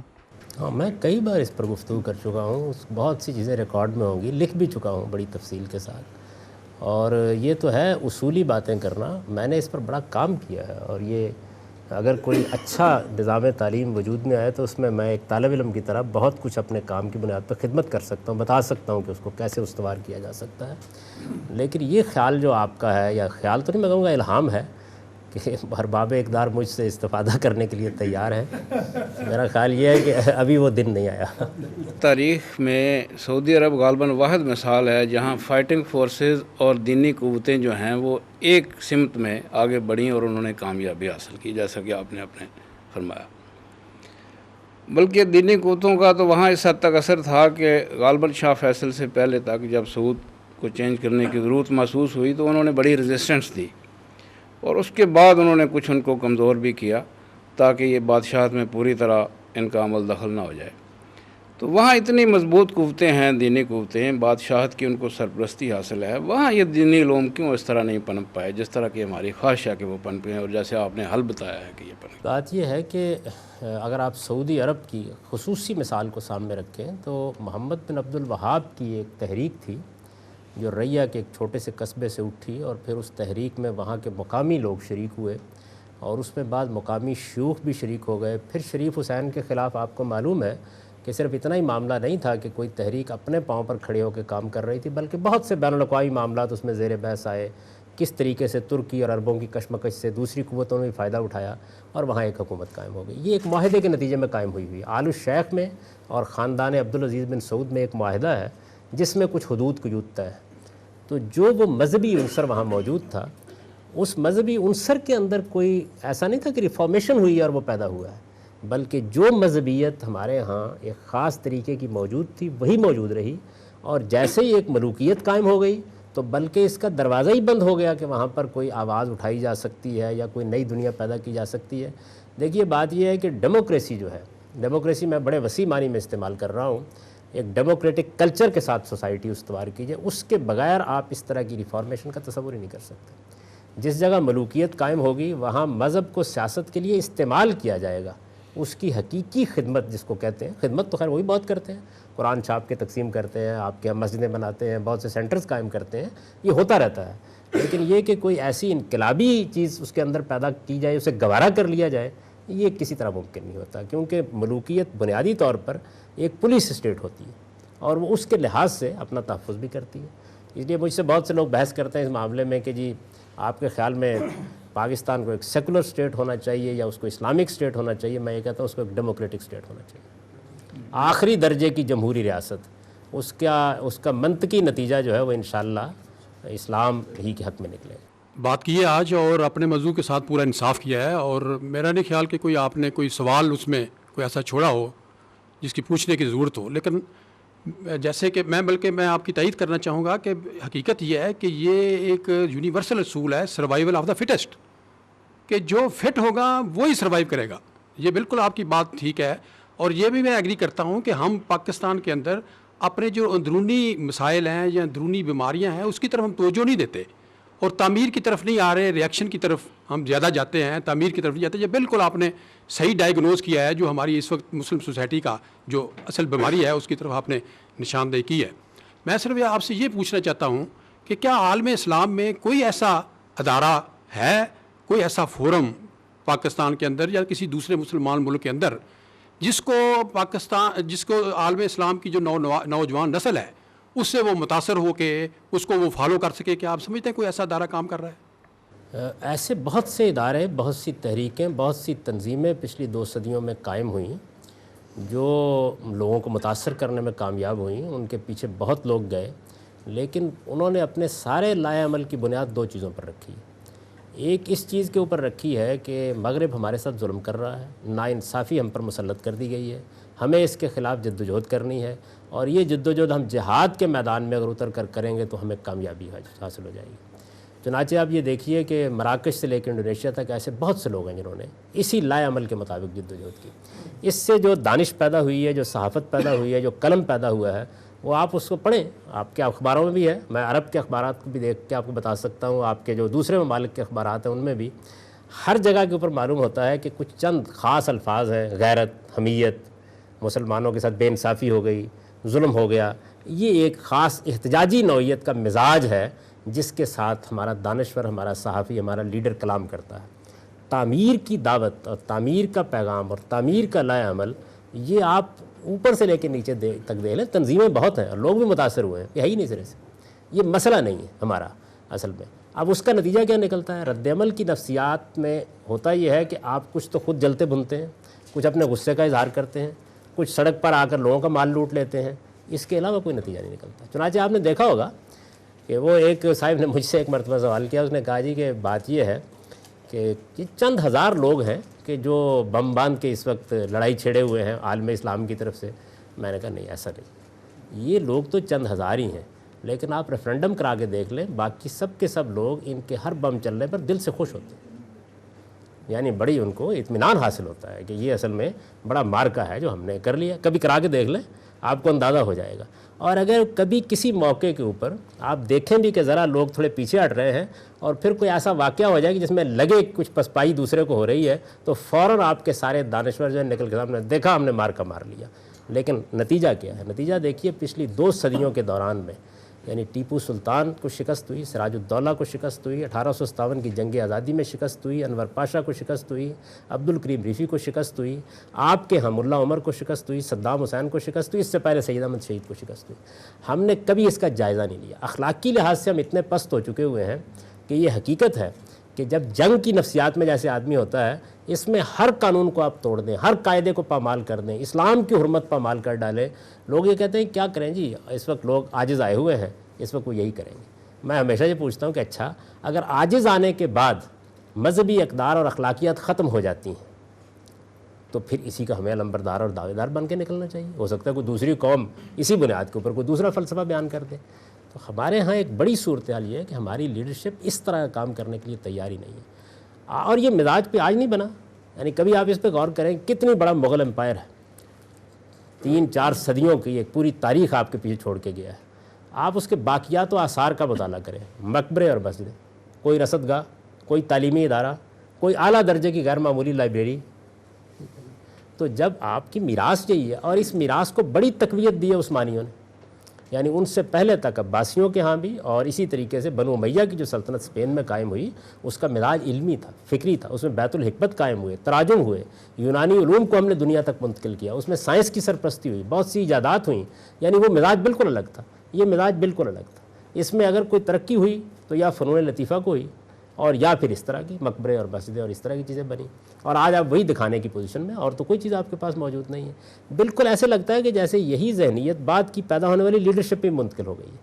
اور وہ بھی ایک خاص طرح کی رد عمل کی نفسیات میں مبتلا ہو کر اپنا لائے عمل بناتی ہے، اطمینان سے شکست کھاتی ہے، اس کے بعد نئی شکست کی تیاری شروع کر دیتی ہے. اس وقت جو نظر آ رہا ہے، اور یہ 2 صدیوں سے نہیں بلکہ اس سے پہلے سے ہے، وہ یہ ہے کہ مسلمان جو ہے کنفیوژن کا شکار ہے. کسی موضوع 4 تو مذاہب جو ہیں وہ تو ایک یا 5 بلکہ کہنا چاہیے وہ تو نون ہیں، سب جانتے ہیں، لیکن کسی بھی ایشو پر جو ہے اتفاق رائے، جیسے امت کا اتفاق رائے یا اجماع کہنا چاہیے، وہ نہیں ہے. ایک ایسی قوم یا ایک ایسی امہ جو کسی ایشو پر نہ تو متفق رائے ہے، اور نہ ہی اس کی جو سطح ہے سوچنے کی، یعنی میرے مراد عام آدمی نہیں ہے بلکہ جو اس کا عالم ہے یا دانشور ہے یا فقیہ ہے، نہ اس کی سطح ایک ہے.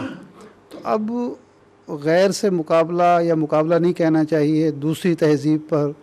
کو قبول کرنا یا اپنی تہذیب کو اس کے لیے قابل قبول بنانا تو بعد کا مرحلہ ہے. یہ امت کے اندر جو انتشار کی، ذہنی انتشار کی کیفیت ہے اور یہ صدیوں سے ہے. اس کا علاج کیا ہے کہ جب تک یہ نہیں ہوگا، آپ کے سامنے ہے کہ 3 ریاستیں وجود میں آئیں، وہ اسی لیے ہمیں ناکام نظر آتی ہیں کہ وہ اپنی جو رائے تھی لے کر آئیں، وہ نہ تو اسلام کے تقاضوں کے مطابق تھی، نہ عہد حاضر کے تقاضوں کے مطابق تھی. تو آئندہ بھی اگر اسی طرح ہی ہوتے چلے جانا ہے تو پھر علاج کیا ہے اس کا؟ دیکھیے اس کی وجہ پہ آپ غور کیجئے، وہ کیا وجہ ہے؟ وجہ یہ ہے کہ سیاست مقدم ہے. یعنی یہ نعرہ ہے کہ ہم کو ایک اسلامی حکومت قائم کرنی ہے. یہ کہ اسلامی حکومت معاشرے کے بطن سے پیدا ہوتی ہے اور پہلے معاشرے کی تعمیر کرنی ہے، یہ نعرہ نہیں ہے. چنانچہ تعلیم کو کبھی موضوع نہیں بنایا گیا. دنیا کے اندر حقیقی انقلاب علم سے آتا ہے. تو ہمارے ہاں جو علم موجود ہے، میرے نزدیک جب کوئی ریاست قائم ہوگی اسی کا ظہور ہو جائے گا.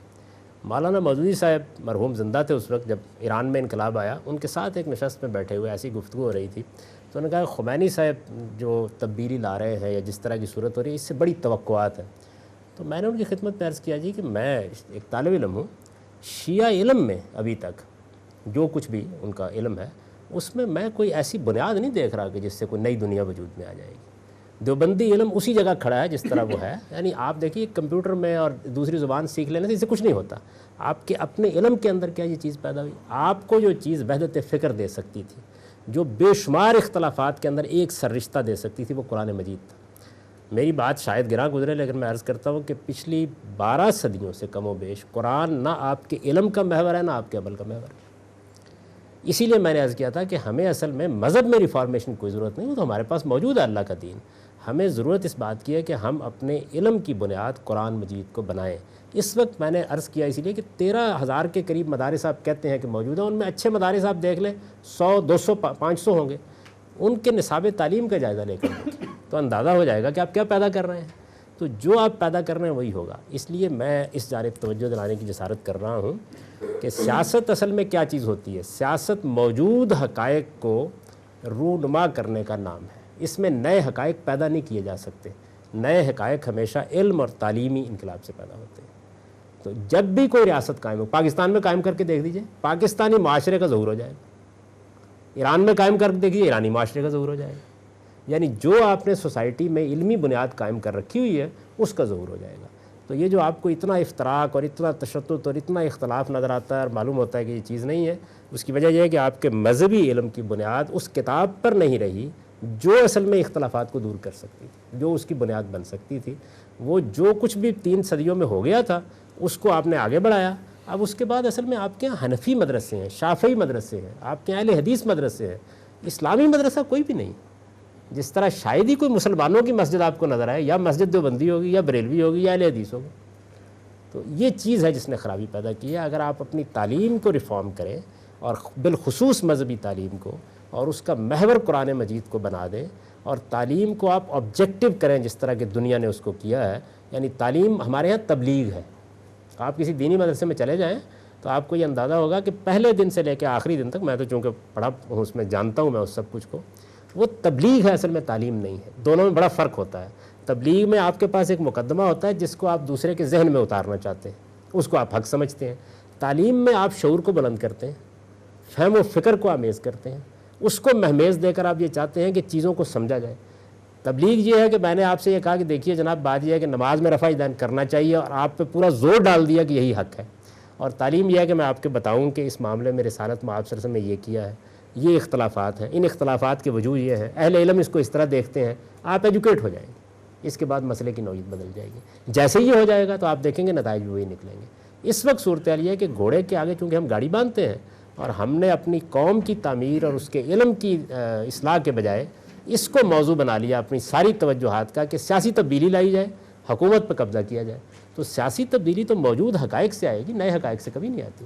چنانچہ جو بھی سیاسی تبدیلی لانے کے لیے اٹھے گا اسے موجود حقائق سے کمپرومائز کرنا پڑے گا, اس کے اندر سے راستہ نکالنا پڑے گا, اور جب وہ مذہب کی بنیاد پر بات کرے گا تو جو مذہب موجود ہوگا وہی ظہور پذیر ہو جائے گا, تھوڑے بہت فرق کے ساتھ. اس وقت جس طرح میرے بھائی آفتاب نے کہا کہ آپ ایک امید کی طرح موجود ہیں اس زمانے میں, اور میری یہ دعا ہے کہ لوگ جانیں آپ کے بارے میں. تو میں بہت سی تمنائیں اپنے دل میں رکھتا ہوں, مگر بات صرف یہ ہے کہ یہ گفتگو کوئی آرزو تو پیدا کرتی ہے ہمارے دل میں, مگر میں سمجھتا ہوں کہ کسی منزل کی طرف نہیں لے جاتی ہمیں, کیونکہ یہ باتیں ہم برسوں سے سنتے چلے آ رہے ہیں. آپ اس کو زیادہ بہتر طریقے سے, زیادہ خوبصورتی سے, زیادہ جدتوں اور جدید تقاضوں کے مطابق بیان کرتے ہیں, اور ہم سمجھتے ہیں کہ یہ ٹھیک ہے یہ بات. تو مذہبی تعلیم لوگ تو چاہتے ہیں, مذہبی تعلیم. میں سمجھتا ہوں کہ انگلستان میں رہنے والے بھی اپنے بچوں کو قرآن پڑھاتے ہیں اور اپنے بچوں کو مذہبی تعلیم سے آراستہ کرنے کی کوشش کرتے ہیں, مگر جب وہ بڑے ہوتے ہیں تو پھر ان کے سامنے کچھ اور ذمہ داریاں آ جاتی ہیں جس سے وہ ساری صورتحال پیچھے رہ جاتی ہے. مسئلہ یہ ہے کہ قرآن کو محور تو بنایا جائے, مگر میں آپ سے پہلے بھی یہ گزارش ہوتی رہی ہے کہ قرآن, میرے خیال میں اگر میں غلط ہوں تو آپ مجھے معاف کریں, میں سمجھتا ہوں کہ ایک نئی تفسیر کی ضرورت ہے, ایک نئی انٹرپریٹیشن کی ضرورت ہے, اور جدید تقاضوں, جدید زمانے کے معاملات کے مطابق قرآن کو بیان کیا جائے, اور پھر وہ مذہبی تعلیم اور تعلیم کے اندر فاصلے کو ختم کیا جائے, اور اس طرح یہ صورتحال ہو کہ اس سے وہ نتائج پیدا ہوں جن کی طرف آپ اشارہ کر رہے ہیں. مگر میں پھر یہ اس بات کو زور دے کر کہہ رہا ہوں کہ یہ باتیں لوگوں کے اندر کسی طرح کا بھی شعور بیدار کرنے سے ابھی تک تو پیدا نہیں ہوئی. ٹیپو سلطان سے لے کر اب تک آپ نے مختلف لوگوں کی شکستوں کا ذکر کیا ہے, تو کیا کوئی اور بڑی شکست جو ہے اس کا سامنا ہمیں ہے؟ میں سمجھتا ہوں کہ جب تک کسی ریاست کے مسلمان حکمران یہ طے نہیں کر لیں گے کہ انہیں کیا کرنا ہے, اور انہیں وہی کچھ کرنا ہے جو آپ کہہ رہے ہیں, تو اس کے بعد کوئی تبدیلی تو آ سکتی ہے. مگر میں سمجھتا ہوں کہ لوگوں کے بدلنے سے کیسے تبدیلی آئے گی, وہ تبدیلی بالکل نہیں آ سکتی. اور جو آفتاب نے پہلے بات کی تھی, میں سمجھتا ہوں کہ آپ کے پاس تو ہر طرح کے لوگ آتے رہے. عمران خان آپ کے پاس آتے رہے, اور عمران خان اس وقت بھی آپ کے پاس آیا جب وہ مشرف کا بہت دوست تھا. تو میں سمجھتا ہوں کہ یہ بات تو درست ہے کہ سب لوگ جو ہیں آپ سے استفادہ کرنا چاہتے ہیں. تو میری یہ خواہش ہے, اور میں اس سے پہلے بھی آپ سے گزارش کر چکا ہوں, کہ آپ آگے بڑھیں اور کوئی ایسی بات کریں کہ جو صحیح معنوں میں ہمیں انقلاب کے دروازے تک لے جائے. اس میں ایک بہت دلچسپ چیزیں ہیں جن کی طرف میں اشارہ کرنا چاہوں گا. دیکھیے بات یہ ہے کہ نہ معاشرے آپ سے آپ بدلتے ہیں اور نہ حکومتیں معاشروں کو بدل سکتی ہیں. اصل میں سوسائٹی کے اندر اللہ تعالیٰ کا نظام یہ ہے, کبھی آپ اس پہ غور کریں کہ اللہ تعالیٰ ایک توازن قائم رکھتا ہے. عام طور پر آپ معاملات کو زیادہ نہ چھیڑیں تو عورتیں مرد کوئی بہت امبیلنس نہیں ہوتے, 1-2% کا فرق ہوتا ہے نا, سب کی شادیاں ہوتی رہتی ہیں. ایسا ہی معاملہ ذہانتوں کے معاملے میں بھی اللہ تعالیٰ کرتے ہیں. یعنی اس کو آپ بڑے کروڈ الفاظ میں اگر میں بیان کروں تو یوں سمجھ لیں کہ کتنے ترخان پیدا کرنے ہیں, کتنے شاعر پیدا کرنے ہیں, کتنے اجمل نیازی پیدا کرنے ہیں, یہ بھی طے کرتی ہے, اور اس کے لحاظ سے ہی پیدا کرتے ہیں اللہ تعالیٰ. اصل سوال یہ ہے کہ یہ جو سوسائٹی کے اندر آپ کی ایک ایلیٹ پیدا ہوتی ہے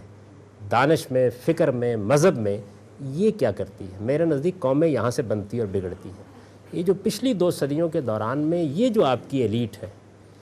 یہ اس میں آپ کے جتنے بڑے بڑے نام ہیں, یعنی ابوالکلام آزاد ہوں, شبلی ہوں, اقبال ہوں, سب کو شامل کر لیجئے, بڑے بڑے نام, اور باہر کے بھی صورتحال یہی ہے, انہوں نے کبھی یہ لا عمل اختیار ہی نہیں کیا. اقبال نے اس کی آرزو پیدا کی, اور آپ دیکھیے کہ اس میں کچھ نشاندہی بھی کی, لیکن بعد میں ہم نے بالکل طے کر لیا کہ نہیں, اس معاملے میں ہم نے آگے نہیں بڑھنا کسی دائرے میں بھی. اس کو کبھی موضوع بنا کر کام نہیں کیا گیا. اس وجہ سے جیسے یہ کام ہوگا, حکومتیں در حقیقت کچھ نہیں ہوتی, وہ معاشرے کی ایلیٹ کا ظہور ہوتی ہیں, جس طرح سے ہوتا ہے, یہی ہوتا ہے ہمیشہ. تو سوسائٹی کے اس طبقے کو بدلنے کی ضرورت ہوتی ہے. اس کو کیسے آپ کار فرما طبقہ کہیے, اس کو آپ مؤثر طبقہ کہیے, اس کو آپ جو کہیے, یہ میرے نزدیک اس وقت اگر آپ کالم پڑھیں, آپ مضامین پڑھیں, آپ تقریریں سنیں, آپ گفتگویں سنیں, آپ کو ہر جگہ یہ محسوس ہوگا کہ اس کی کمٹمنٹ علم اور تعلیم کے ساتھ نہیں ہے. آرزو ایک الگ چیز ہے, کمٹمنٹ نہیں ہے کہ یہی لائے عمل ہے, اس کو اختیار کرنا ہے, اس کے لیے سب کچھ لگا دینا. یہاں کروڑوں روپے اس قوم نے دیے ہیں. اب بھی عام اندازہ یہ ہے کہ ہمارے ہاں جو دینی مدارس ہیں ان کو کوئی 72 ارب کے قریب روپیہ جو ہے وہ قوم دیتی ہے. یہ کوئی معمولی رقم نہیں ہے. اچھا, کروڑوں روپے آپ دیکھیں الیکشنوں کی نظر ہوئے ہیں, سیاست کی نظر ہوئے ہیں, اور اسی طرح کاموں کی نظر ہوئے ہیں. اگر اس چیز کو مجتمع کر کے اس ساری قوت کو یہ طے کر لیا جاتا کہ ہمیں اپنے تعلیم میں انقلاب برپا کرنا ہے تو اس سے قوم بنتی. اس کے بعد اصل میں جو حقائق پیدا ہو جاتے ہیں ایلیٹ میں, اس کو پھر سیاستدان بھی استعمال کرتے ہیں, پھر ریاست پر بھی اس کے اثرات ہونے شروع ہو جاتے ہیں. اس مرحلے میں اگر حکومت کچھ کرنا چاہتی ہے تو پھر وہ کرنے میں بھی کامیاب ہوتی ہے. میں آپ سے عرض کروں کہ اس وقت اگر مثال کے طور پر حکمران فیصلہ کر لیں کہ ان کو اس نوعیت کا کوئی کام کرنا ہے, میں آپ کو بتاتا ہوں کہ آپ کی سوسائٹی کا موجودہ سٹرکچر ہی اس کے راستے میں رکاوٹ بن کے کھڑا ہو جائے گا. یعنی یہ سوچ بڑی مشکلات ہیں. ان مشکلات کو اس وقت تک دور نہیں کیا جا سکتا جب تک دونوں جانب شعور پیدا نہ ہو. حکومت اپنی سطح پر یہ کام کرے اور سوسائٹی کی ایلیٹ اس کو ایک مسئلہ بنائے, قلم پر یہی آئے, زبان پر یہی آئے, ڈسکریج کیا جائے جو دوسری اس طرح کی نوعیت کی چیزیں اٹھتی ہیں جو کانفلکٹ پیدا کرتی ہیں, تصادم پیدا کرتی ہیں. اگر یہ چیز ہوگی تو پھر یہ معاملہ ہوگا. اب رہ گئی بات جو آپ میری طرف آپ نے روح سخن کیا, میں تو بالکل معمولی درجے کا طالب علم آدمی ہوں اور یہ سمجھتا ہوں کہ بس ایک طالب علمہ نوعیت کی خدمت میں کر سکتا ہوں. میری جو پچھلی 15-20 سال کی زندگی ہے اس میں وہ جو آپ نے اشارہ کیا اس جانب, اصل مسئلہ یہ تھا کہ پہلے مرحلے میں دین میں یہ جو کانفلکٹ پوائنٹ ہے ان کی تعبیر کر لی جائے, سمجھ لیا جائے. یہ کام میں نے شروع کیا تھا, اللہ کا شکر ہے اس وقت میں اس کا آخری چیپٹر لکھ رہا ہوں, اور اگر اللہ تعالیٰ نے مہلت دی تو شاید اس سال میں فارغ ہو جاؤں گا. اس کے بعد البتہ اگر اللہ نے کرم کیا اور کچھ کیا تو میں اس کو ایک موومنٹ بنانے کی کوشش کروں گا, سیاست کو نہیں, تعلیم اور علم کو. میرا سوال یہ ہے کہ میں نے یہ دیکھا ہے کہ ہمارے جو مذہبی عالم ہیں اور مسلمان ہیں اور جو اس کا دعویٰ بھی کرتے ہیں, ان کا سارا زور عبادات تک ہے, لیکن جو ہمارے انسانی رویے ہیں اور جو کلیکٹیو سماجی ہماری ایک سروس ہونی چاہیے یا ایک ریفارمز کا پہلو ہونا چاہیے, وہ بالکل کہیں نظر نہیں آتا. لیکن مذہب کا پورا زور یہ تو ہے کہ نماز پڑھیں, روزہ رکھیں, یہ کچھ کریں, لیکن جو سماجی رویے اور انسانی رویے ہیں اس میں ہمارا مذہب جیسے کہ بالکل خالی ہے. اور آئرونی کے لیے دیکھا جا رہا ہے کہ جو مذہبی لوگ ہیں وہی اپنے انسانی رویوں میں وہ اس کا شکار ہیں, یعنی کہ کمی کا, ڈیفیشنسی کا شکار ہیں. یہ کیوں ہو رہا ہے؟ اور دوسری بات جو آپ نے چینلز کی بات کی تھی, یہ بالکل ٹھیک ہے. اس کا کیا علاج ہے کہ جب ایک چینل پر آ کر یہ کہا جاتا ہے کہ درود شریف پڑھنے والے کے تمام گناہ معاف ہو جاتے ہیں, جب کہنا یہ چاہیے کہ گناہ کرنے والے کا درود شریف قبول نہیں ہوگا. تو یہ جو رویے چینلز پر پروموٹ کیے جا رہے ہیں, یا حج کر کے آئیں گے تو اس طرح دھل جائیں گے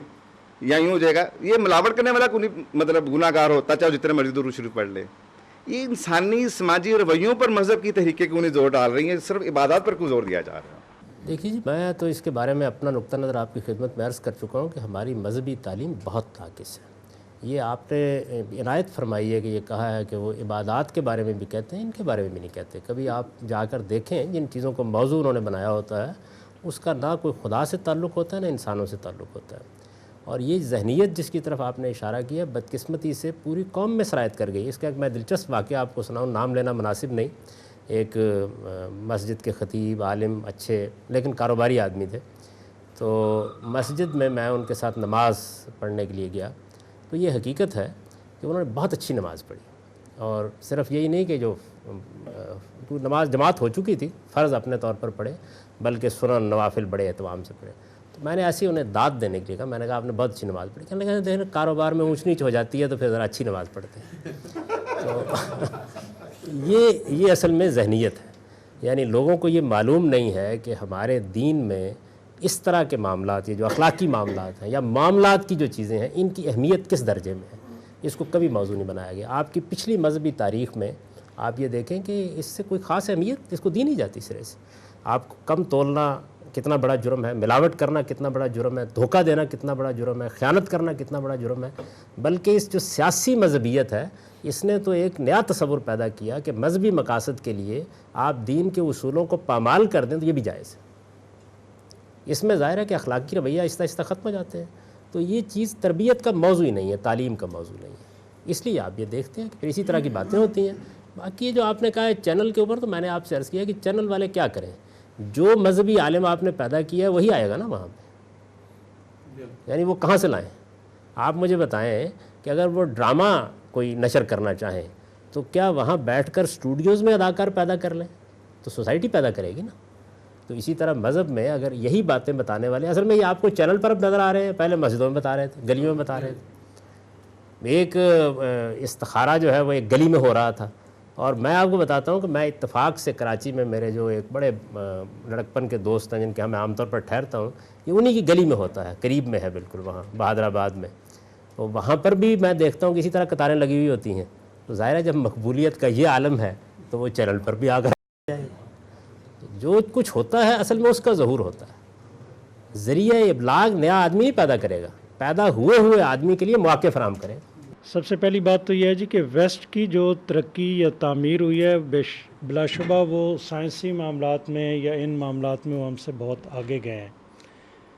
پہلے ہم لوگ آگے تھے، جس کا آپ نے برملا اظہار بھی فرمایا، اسپین کے وقت کا یا عباسی دور کا یا بنو امیہ کے دور کا، اور بڑے بڑے لوگ بھی پیدا ہوئے۔ لیکن اب علمی انحطاط بلا شبہ مسلمانوں پہ طاری ہے، لیکن ویسٹ من حیث المجموعی اس وقت ہمارے لیے قابل تقلید نمونہ نہیں ہے۔ وہ اخلاقیات میں اور بہت ساری قدروں میں ہماری کم از کم جو اپنی معاشرت ہے، یا جو قرآنی بنیاد پہ ہم نے ایک ریاست کی تعمیر رسول اللہ صلی اللہ علیہ وسلم نے کی تھی، اور جس میں ہمارا علم یا ہمارا اثاثہ بہت رچ ہے، آپ نے بالکل بجا فرمایا۔ ہمیں اپنے ایک شعبے کے اوپر تعمیر کرنی ہے، جبکہ ان کے بہت سارے معاملات جو ہیں وہ قابل یعنی ان میں تبدیلی ہے یا ضرورت ہے۔ تو میں یہ آپ سے پوچھنا چاہتا ہوں کہ یہ جو ہم امن بائی کرنے کے لیے، کیونکہ every action has reaction, ہر عمل کا رد عمل ضرور ہے، وہ فطرت میں رکھا ہوا ہے، وہ انسان کی اپنی فطرت کے اندر موجود ہے۔ اگر ہم اس فطری عمل کو دبانے کی کوشش کریں گے تو کیا یہ امن بائی کرتے کرتے کیا ہم پوری قوم کو یا پوری امت کو ایک مرعوبیت کا شکار نہیں بنا دیں گے؟ اور وہ مرعوبیت ہماری اوورآل سوسائٹی کا ایک حصہ بن کر ہمارے لیے روگ جام بن جائے گی۔ اس سے کیسے نجات ہم حاصل کریں گے؟ اچھی بات آپ نے کی اور بڑی اچھی نمائندگی کر دی ہے ہمارے مسلمان ذہن کی۔ ہمارا مسئلہ یہ ہے کہ ہم یا تو ایگریسو ہوں گے یا مروب ہوں گے، درمیان میں کبھی نہیں ہوتے۔ ایک درمیان کی جگہ ہوتی ہے جس کو قرآن مجید نے بیان کیا ہے اپنے پیغمبر کے لیے، بیان کیا نا اس بات کو۔ تو یہ کیا کہا ہے کہ تم سے ہم نے ایک لمبے عرصے تک یہ کہا کہ کفو ایدیکم من القتال، اپنا ہاتھ ذرا ایگریشن سے روک کے رکھو، اور اس موقع پر جو لفظ استعمال کیا وہ صبر کا لفظ استعمال کیا۔ صبر مروبیت نہیں ہوتی۔ جب آپ اپنے سامنے ایک آدرش اور ایک نصب العین رکھ کے جد و جہد کرتے ہیں اور اس کے لیے امن خریدتے ہیں تو یہ کوئی منفی عمل نہیں ہوتا، یہ بڑا مثبت عمل ہوتا ہے، اور یہ مغرب نے بھی خریدا تھا۔ آپ یہ دیکھیے کہ کسی زمانے میں آپ نے کیا کیا تھا، آپ نے یروشلم پر قبضہ کر لیا تھا۔ آپ جانتے ہیں یروشلم کی حیثیت مسیحی دنیا کے نزدیک کیا ہے؟ یہودیت کو ابھی الگ رکھ لیجئے، وہی جو آپ کے نزدیک مدینے کی ہے، جو آپ کے نزدیک مدینے کی ہے وہی حیثیت ہے، یعنی وہ بیت الحم سیدنا مسیح علیہ السلام کی جائے پیدائش ہے۔ یروشلم میں انہوں نے اپنی دعوت دی ہے، کوہ زیتون سے ان کا دنیا سے رخصت ہونے کا عمل ہوا ہے، تو یہ سارا وہی علاقہ ہے، ان کے لیے وہی حیثیت رکھتا تھا۔ چنانچہ گلی گلی میں انہوں نے بھی مروب ہونے سے انکار کیا، گلی گلی میں پادری کھڑے ہوئے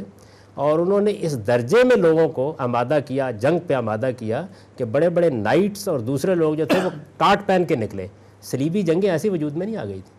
پھر اس کے بعد آپ نے کیا کیا تھا ان کے ساتھ، معلوم ہے نا، اس کو دہرانے کی ضرورت نہیں ہے۔ اس کے بعد پھر مغرب کو بھی یہ بات سمجھ میں آ گئی کہ نہیں، اصل میں مسلمان اس وقت اپنی تعمیری صلاحیت میں جس مقام پر کھڑے ہیں، اس مقام پر ٹکرانے سے کچھ فائدہ نہیں ہوگا۔ چنانچہ انہوں نے 3 صدیوں تک امن خریدا ہے اس کے بعد، اور وہ امن خریدنے کے بعد اپنا سارا رخ 2 چیزوں پر موڑ دیا، اصلاح دین اور احیاء علوم۔ ریفارمیشن کی اپنے مذہب میں، اس کا بڑی اچھی طریقے سے جائزہ لیا، بڑی تحریکیں اٹھی وہاں، انہوں نے رخ بدل دیا بالکل سوچنے کا لوگوں کا، اور کانفرنٹیشن سے نکالا اپنی قوم کو، اور پھر رینیسنس کی تحریک، احیاء علوم کی تحریک۔ دیکھ چکا المنی شورش اصلاح دیں، اقبال نے جس کو بیان کیا ہے، یہ سارا عمل ہوا وہاں پہ کم و بیش 3-4 صدیوں تک۔ اس کے بعد پھر نہایت اطمینان کے ساتھ دنیا نے یہ دیکھا کہ اب صلیبی جنگوں کا نتیجہ آپ کی خواہشات کے بالکل خلاف نکلنا شروع ہو گیا۔ تو اس کو کہتے ہیں امن خریدنا، یہ مروبیت کا عمل نہیں ہوتا۔ ہم اصل میں اسی نفسیات میں مبتلا ہو جاتے ہیں۔ یہ وہ مقام ہے جس پر انبیاء علیہم السلام کو صبر کرنے کے لیے کہا جاتا ہے۔ اور یہ دیکھیے قرآن نے اس میں رسالت میں آپ صلی اللہ علیہ وسلم کو کس طرح کہا ہے، یعنی سیدنا یونس علیہ السلام جیسے پیغمبر سے بے صبری ہوئی تو قرآن نے جب آپ کو کھڑا کیا تو کہا وَلَا تَكُنْ كَصَاحِبِ الْحُوتِ، کہیں اس مچھلی والے کی طرح بے صبر نہ ہو جانا، صبر کے ساتھ اس نتیجے کا انتظار کرو۔ پھر مزید کہا، یہ جو ہم کہتے ہیں نا کہ اچھا ہم یہ کریں گے تو پھر دشمن ہم کو نگل لے گا، اس کا جواب دیا قرآن نے کہ میں قتال کرنے والوں کی مدد کا تو ایک قانون رکھتا ہوں، اتنی طاقت ہوگی تو تب مدد کروں گا ورنہ نہیں کروں گا، صبر کرنے والوں کے ساتھ نہتے بھی ہوں تب بھی کھڑا ہوتا ہوں۔ تو جب خدا ساتھ کھڑا ہوتا ہے تو نوعیت بالکل مختلف ہو جاتی ہے۔ ہم مسلمانوں نے صبر کے موقع کے اوپر اقدام کا فیصلہ کر رکھا ہوا ہے، اس میں ہم خدا کی مدد سے محروم ہو گئے۔ تو اس کو آپ مروبیت کی اصطلاح سے تعبیر نہ کیجئے، صبر کا موقع۔ اور آپ دیکھیں اس میں سب سے بہترین اسوہ آپ کے لیے رسالت میں آپ صلی اللہ علیہ وسلم کی مکے کی زندگی ہے اور سیدنا مسیح علیہ السلام کی یروشلم میں دعوت ہے۔ یعنی وہ رومیوں کے محکوم تھے، پوری قوم محکوم تھی، خود ان کو جس عدالت میں پیش کرنے کی کوشش کی گئی وہ پلاطس رومی کی عدالت ہے جس میں وہ پیش کیے گئے، لیکن آپ ان کی جد و جہد کو دیکھیے کس طریقے سے انہوں نے معاملے کو اس طرح سے کنفرنٹیشن میں نہیں بدلنے دیا، مظلومانہ رخصت ہونا قبول کر لیا۔ تو کچھ عرصہ ایسا ہوتا ہے جس میں مظلومانہ جد و جہد کی جاتی ہے، ورنہ اس کا نتیجہ آپ کے حق میں کبھی نہیں نکلتا۔ صبر کے ساتھ خدا کی مائیت حاصل کریں اور اپنے لیے تعمیر کا پروگرام بنائیں۔ مروبیت تب طاری ہوتی ہے جب آپ مہلت کے وقفے میں سو جائیں، مہلت کے وقفے کو تعمیر کی جد و جہد اور پلاننگ اور منصوبہ بندی اور اس کے لیے کام میں لگائیں، پھر اس کے بعد دیکھیے اس کے نتائج میں۔ جناب حضرت عمر بن عبدالعزیز کے دور کے بعد اسلام کی جو پولیٹیکل پاور ہے وہ کولیپس ہو گئی، بنو امیہ ہے، بنو عباس ہے، فاطمی ہے، آٹومن ہے، یہی ہوا نا۔ اور اس پر عرب امپیریلزم کی چھاپ لگنے کے بعد ہم نے اس کو ذریعہ تشدد بنا ڈالا، جو ایک انسان کو دوسرے انسان کے ظلم سے آزاد کرانے کے لیے آیا تھا، وہ ہم ڈی ٹریک ہو گئے۔ نتیجہ کیا نکلا کہ وہ جو کلرجی آ گئی ہمارے رویوں میں اور ہمارے علماء نے اور ہمارے اکابرین نے کوئی ایک کنسنسس، کافی باتیں آپ نے دوستوں کے سوالوں میں بیان بھی کیے ہیں، لیکن کوئی وہ جو انٹرنل جو ہارمنی تھی اور ود ان دا ریلیجن جو انٹرنل کنفلکٹ پیدا ہوا، اس کے لیے کوئی کنسنسس ڈیولپ نہ ہوا۔ اور ہم یہی اقبال نے 1930 کے خطبے میں بھی کہا کہ جی اس شمال مغربی سرحدی پٹی پر ایک ایسا ہم نظام مملکت لائیں جس میں اسلام کے ابدی اصولوں کو بروئے کار لا کر ہم دنیا کو گڈ گورننس دے سکیں، اور جو اسلام کے چہرے پر ملوکیت کا بدنما دھبا ہے، کم و بیش یہی الفاظ ہیں، اس کو دھونے کا ہمیں موقع مل سکے۔ تو آپ علماء یا دوسرے آپ نے کافی بات کر بھی دی ہے، اس کو مزید میں چاہوں گا اس کو وسعت دیں کہ کوئی ایسا کنسنسس ڈیولپ ہو جو یہ کنفیوژن کا ہم شکار ہیں، جیسے کثرت ازواج ہے، جیسے تفریح کا ہے عنصر، انٹرٹین کے مواقع ہیں، رول آف وومن ان اسلام ہے، اس پر کوئی فیئر حاصل اور کلیئر کٹ پکچر ہمارے اکابرین کی طرف سے، علماء کی طرف سے واضح نہیں ہوئی۔ تمام فرقہ جو بھی ہیں اسلام کے، اس پر کوئی کلیئر کٹ پکچر نہیں ہے۔ اس کے لیے کون سا آپ ماڈل پرپوز کریں گے جس میں ہم وہ جو ایجنڈا ہے یا یہ جو چیزیں میں نے واضح بتائی ہیں، اس پر ہم کلیئر کٹ ہمیں ایک رہنمائی مل سکے؟ میں نے خود اپنی گفتگو میں وہ 4 دائرے متعین، 6 دائرے متعین کر دیے تھے جن میں اصل میں کانفلکٹ اور تصادم ہے، اور یہ عرض کیا تھا کہ ان میں یہ ضرورت ہے کہ ایک وسیع ڈائلاگ کے ذریعے سے ہم کسی صحیح جگہ پر پہنچیں، لیکن یہ وسیع ڈائلاگ کے لیے 2 لازمی چیزیں ہیں۔ ایک جس کی طرف میں نے اشارہ کیا تھا کہ آپ کو اپنا مذہبی عالم بدلنا ہوگا، وہ ایسے نہیں بدلے گا کہ جس طرح لوگ بعض اوقات کہتے ہیں کہ ایک کشتی میں لوگوں کو رکھو اور جا کے ڈبو دو، ایسا نہیں ہوتا کبھی بھی، بلکہ آپ پیرلل قوت پیدا کرتے چلے جاتے ہیں اور وہ اپنے اثر، رسوخ، علم، دانش، تقوی سے خود جگہ پا لیتی ہے، خود حاصل کر لیتی ہے۔ دوسری چیز یہ ہے کہ آپ کو بالکل قطعی طور پر، میں نے اشارہ کیا تھا اس جانب، یہ جو اصطلاحات ہیں نا سیکولر اسٹیٹ، اسلامک اسٹیٹ، اس سے بلند ہو کے ڈیموکریٹک اسٹیٹ کے لیے جد و جہد کرنی ہوگی۔ ایک جمہوری معاشرہ، جمہوری ریاست اور جمہوری کلچر، میں آپ کو اطمینان دلاتا ہوں کہ اگر آپ جمہوری کلچر حقیقی معنی میں کامیاب ہو گئے کرنے میں، تو جس کنسنسس کا آپ خواب دیکھتے ہیں وجود میں آ جائے گا، کیونکہ تینوں جو سلطنتیں قائم ہوئی ہیں، تینوں نے جمہوری پروسیس کو اپنے ہاں شروع ہونے ہی نہیں دیا، اور یا اس کو ایسی زنجیریں ڈال دی ہیں کہ جس کے بعد وہ آگے نہیں بڑھ سکتا۔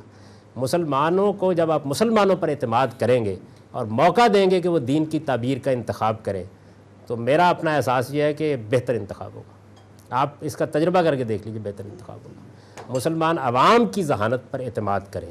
اور میرے نزدیک اس میں بہتر انتخاب ہوگا۔ تاریخ انسانی میں ہمیشہ لوگوں نے بہتر انتخاب کیا۔ ایجوکیٹ کریں لوگوں کو، لیکن ان کو اس کا موقع دیں۔ تو ایک ڈیموکریٹک معاشرہ جس کے اندر لوگ آزادی سے جئیں، اپنی بات پیش کریں، حدود کے اندر رہ کر دوسرے کی بات سنیں، اصل میں یہ چیز ہے جس کو آپ پیدا کیجئے۔ اس کے بائی پروڈکٹ کے طور پر معاشرے کے اندر اگر اسلام کی تعلیم اور علم اچھا ہوگا اور اس کے پیش کرنے والے اعلیٰ درجے کے ہوں گے، تو خود بخود وہ چیزیں آ جائیں گی جن کو آپ لانا چاہتے ہیں۔ تو میں یہ سمجھتا ہوں کہ سوسائٹی کی تعمیر، فرد کی تعمیر اور ایک ڈیموکریٹک سوسائٹی کی جدوجہد، ان تین نکات پر کانسنٹریٹ کرنا چاہیے تھا، بجائے اس کے کہ آپ اس سے آگے کی باتیں کرتے جو اس کے نتیجے کے طور پر خود پیدا ہو جائیں۔ جب کبھی ہماری مذہبی اقدار جو ہیں اس کی کوئی توہین کرتا ہے، تو مسلم جو انٹلیکچوئلز ہیں وہ علمی یا فکری طور سے جو حملے ہوتے ہیں، ان کا علمی اور فکری سطح پر جواب دینے کی بجائے صرف احتجاج اور اپنے ہی ملک میں ریلیاں جو ہیں اس تک اکتفا کیوں کرتے ہیں؟ کیا مسلم انٹلیکچوئل جو ہیں haven't they failed their job، یا ایسا ہے کہ وہ اس طرف آنا ہی نہیں چاہتے؟ ایک تو وجہ یہ ہے۔ دوسری یہ کہ مغرب سے جب آپ ڈیل کر رہے ہیں تو مغرب میں آپ کو اپنی اقدار کے بارے میں حساسیت پیدا کرنے کے لیے جو کام سیکنڈ ورلڈ وار کے بعد اینٹی نازی تحریک نے کیا، اس قسم کا بھی کام مسلم لیڈرشپ نے، چاہے وہ پولیٹیکل ہو یا انٹلیکچوئل لیڈرشپ ہو، وہ انہوں نے میزریبلی یہ فیل کیا ہے، اور اپنے آپ کو صرف اپنے حلقے میں بند کر کے سوچا ہے کہ احتجاج اور ریلیاں کرنے سے جو ہے شاید مغرب جو ہے بات کو سمجھ جائے۔ آپ اس بارے میں کیا کہتے ہیں، اور آپ کس حد تک مسلم اسکالرس کو، انٹلیکچوئلس کو، صرف یہاں جو بیٹھے ہیں وہ نہیں بلکہ over a period of 50 years یا 60 ایئرس، ان کو آپ کس حد تک ذمہ دار گردانتے ہیں؟ میں اس سے پہلے جو گفتگو کر چکا، آپ چونکہ ذرا تشریف لائے دیر سے، اس پہ بنیادی طور پر اسی چیز کو میں نے موضوع بنایا تھا کہ ہم نے علم کے دائرے کی چیز کو اور تعلیم کے دائرے کی چیز کو احتجاج، ہنگامے اور رد عمل کی نفسیات میں تبدیل کیا ہے، اور اس کا جو نتیجہ ہے وہ یہ ہے کہ اصل میں آپ نے تو فرمایا نا کہ وہ اس طرف آتے نہیں، میرا احساس یہ ہے کہ وہ اس طرف آنے کی اہلیت ہی نہیں رکھتے۔ یعنی ایک احتجاجی تحریر لکھ لینا، جذبات کا اظہار کر لینا، یہ بہت آسان کام ہے۔ مسئلہ زیر بحث کیا ہے؟ اسی موضوع پر گفتگو کرتے ہوئے میں نے ایک ٹیلی ویژن چینل پر ایک انٹرویو میں ابھی چند روز پہلے یہ عرض کیا تھا کہ یہ کبھی نہیں ہو سکتا کہ کوئی تضحیک کرے، خاکہ اڑائے اور وہ کسی بنیاد پر نہ ہو۔ ظاہر ہے کہ یا وہ اسلام کا کوئی حکم ہوگا، یا سیرت کا کوئی واقعہ ہوگا، یا مسلمانوں کی تاریخ کا کوئی پہلو ہوگا، اس کی کوئی مس انٹرپریشن کی گئی ہوگی نا، ورنہ تو خاکہ اڑایا نہیں جا سکتا نا کسی چیز کا، تضحیک ہو نہیں سکتی۔ تو ہمیں جذبات کے اظہار کا حق حاصل ہے، ظاہر ہے کہ ہمارے دل زخمی ہوئے ہیں،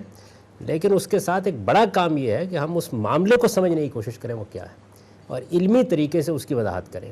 اور اتنے شائستہ اسلوب میں اپنی بات پہنچائیں کہ جس سے مغرب کا پڑھا لکھا طبقہ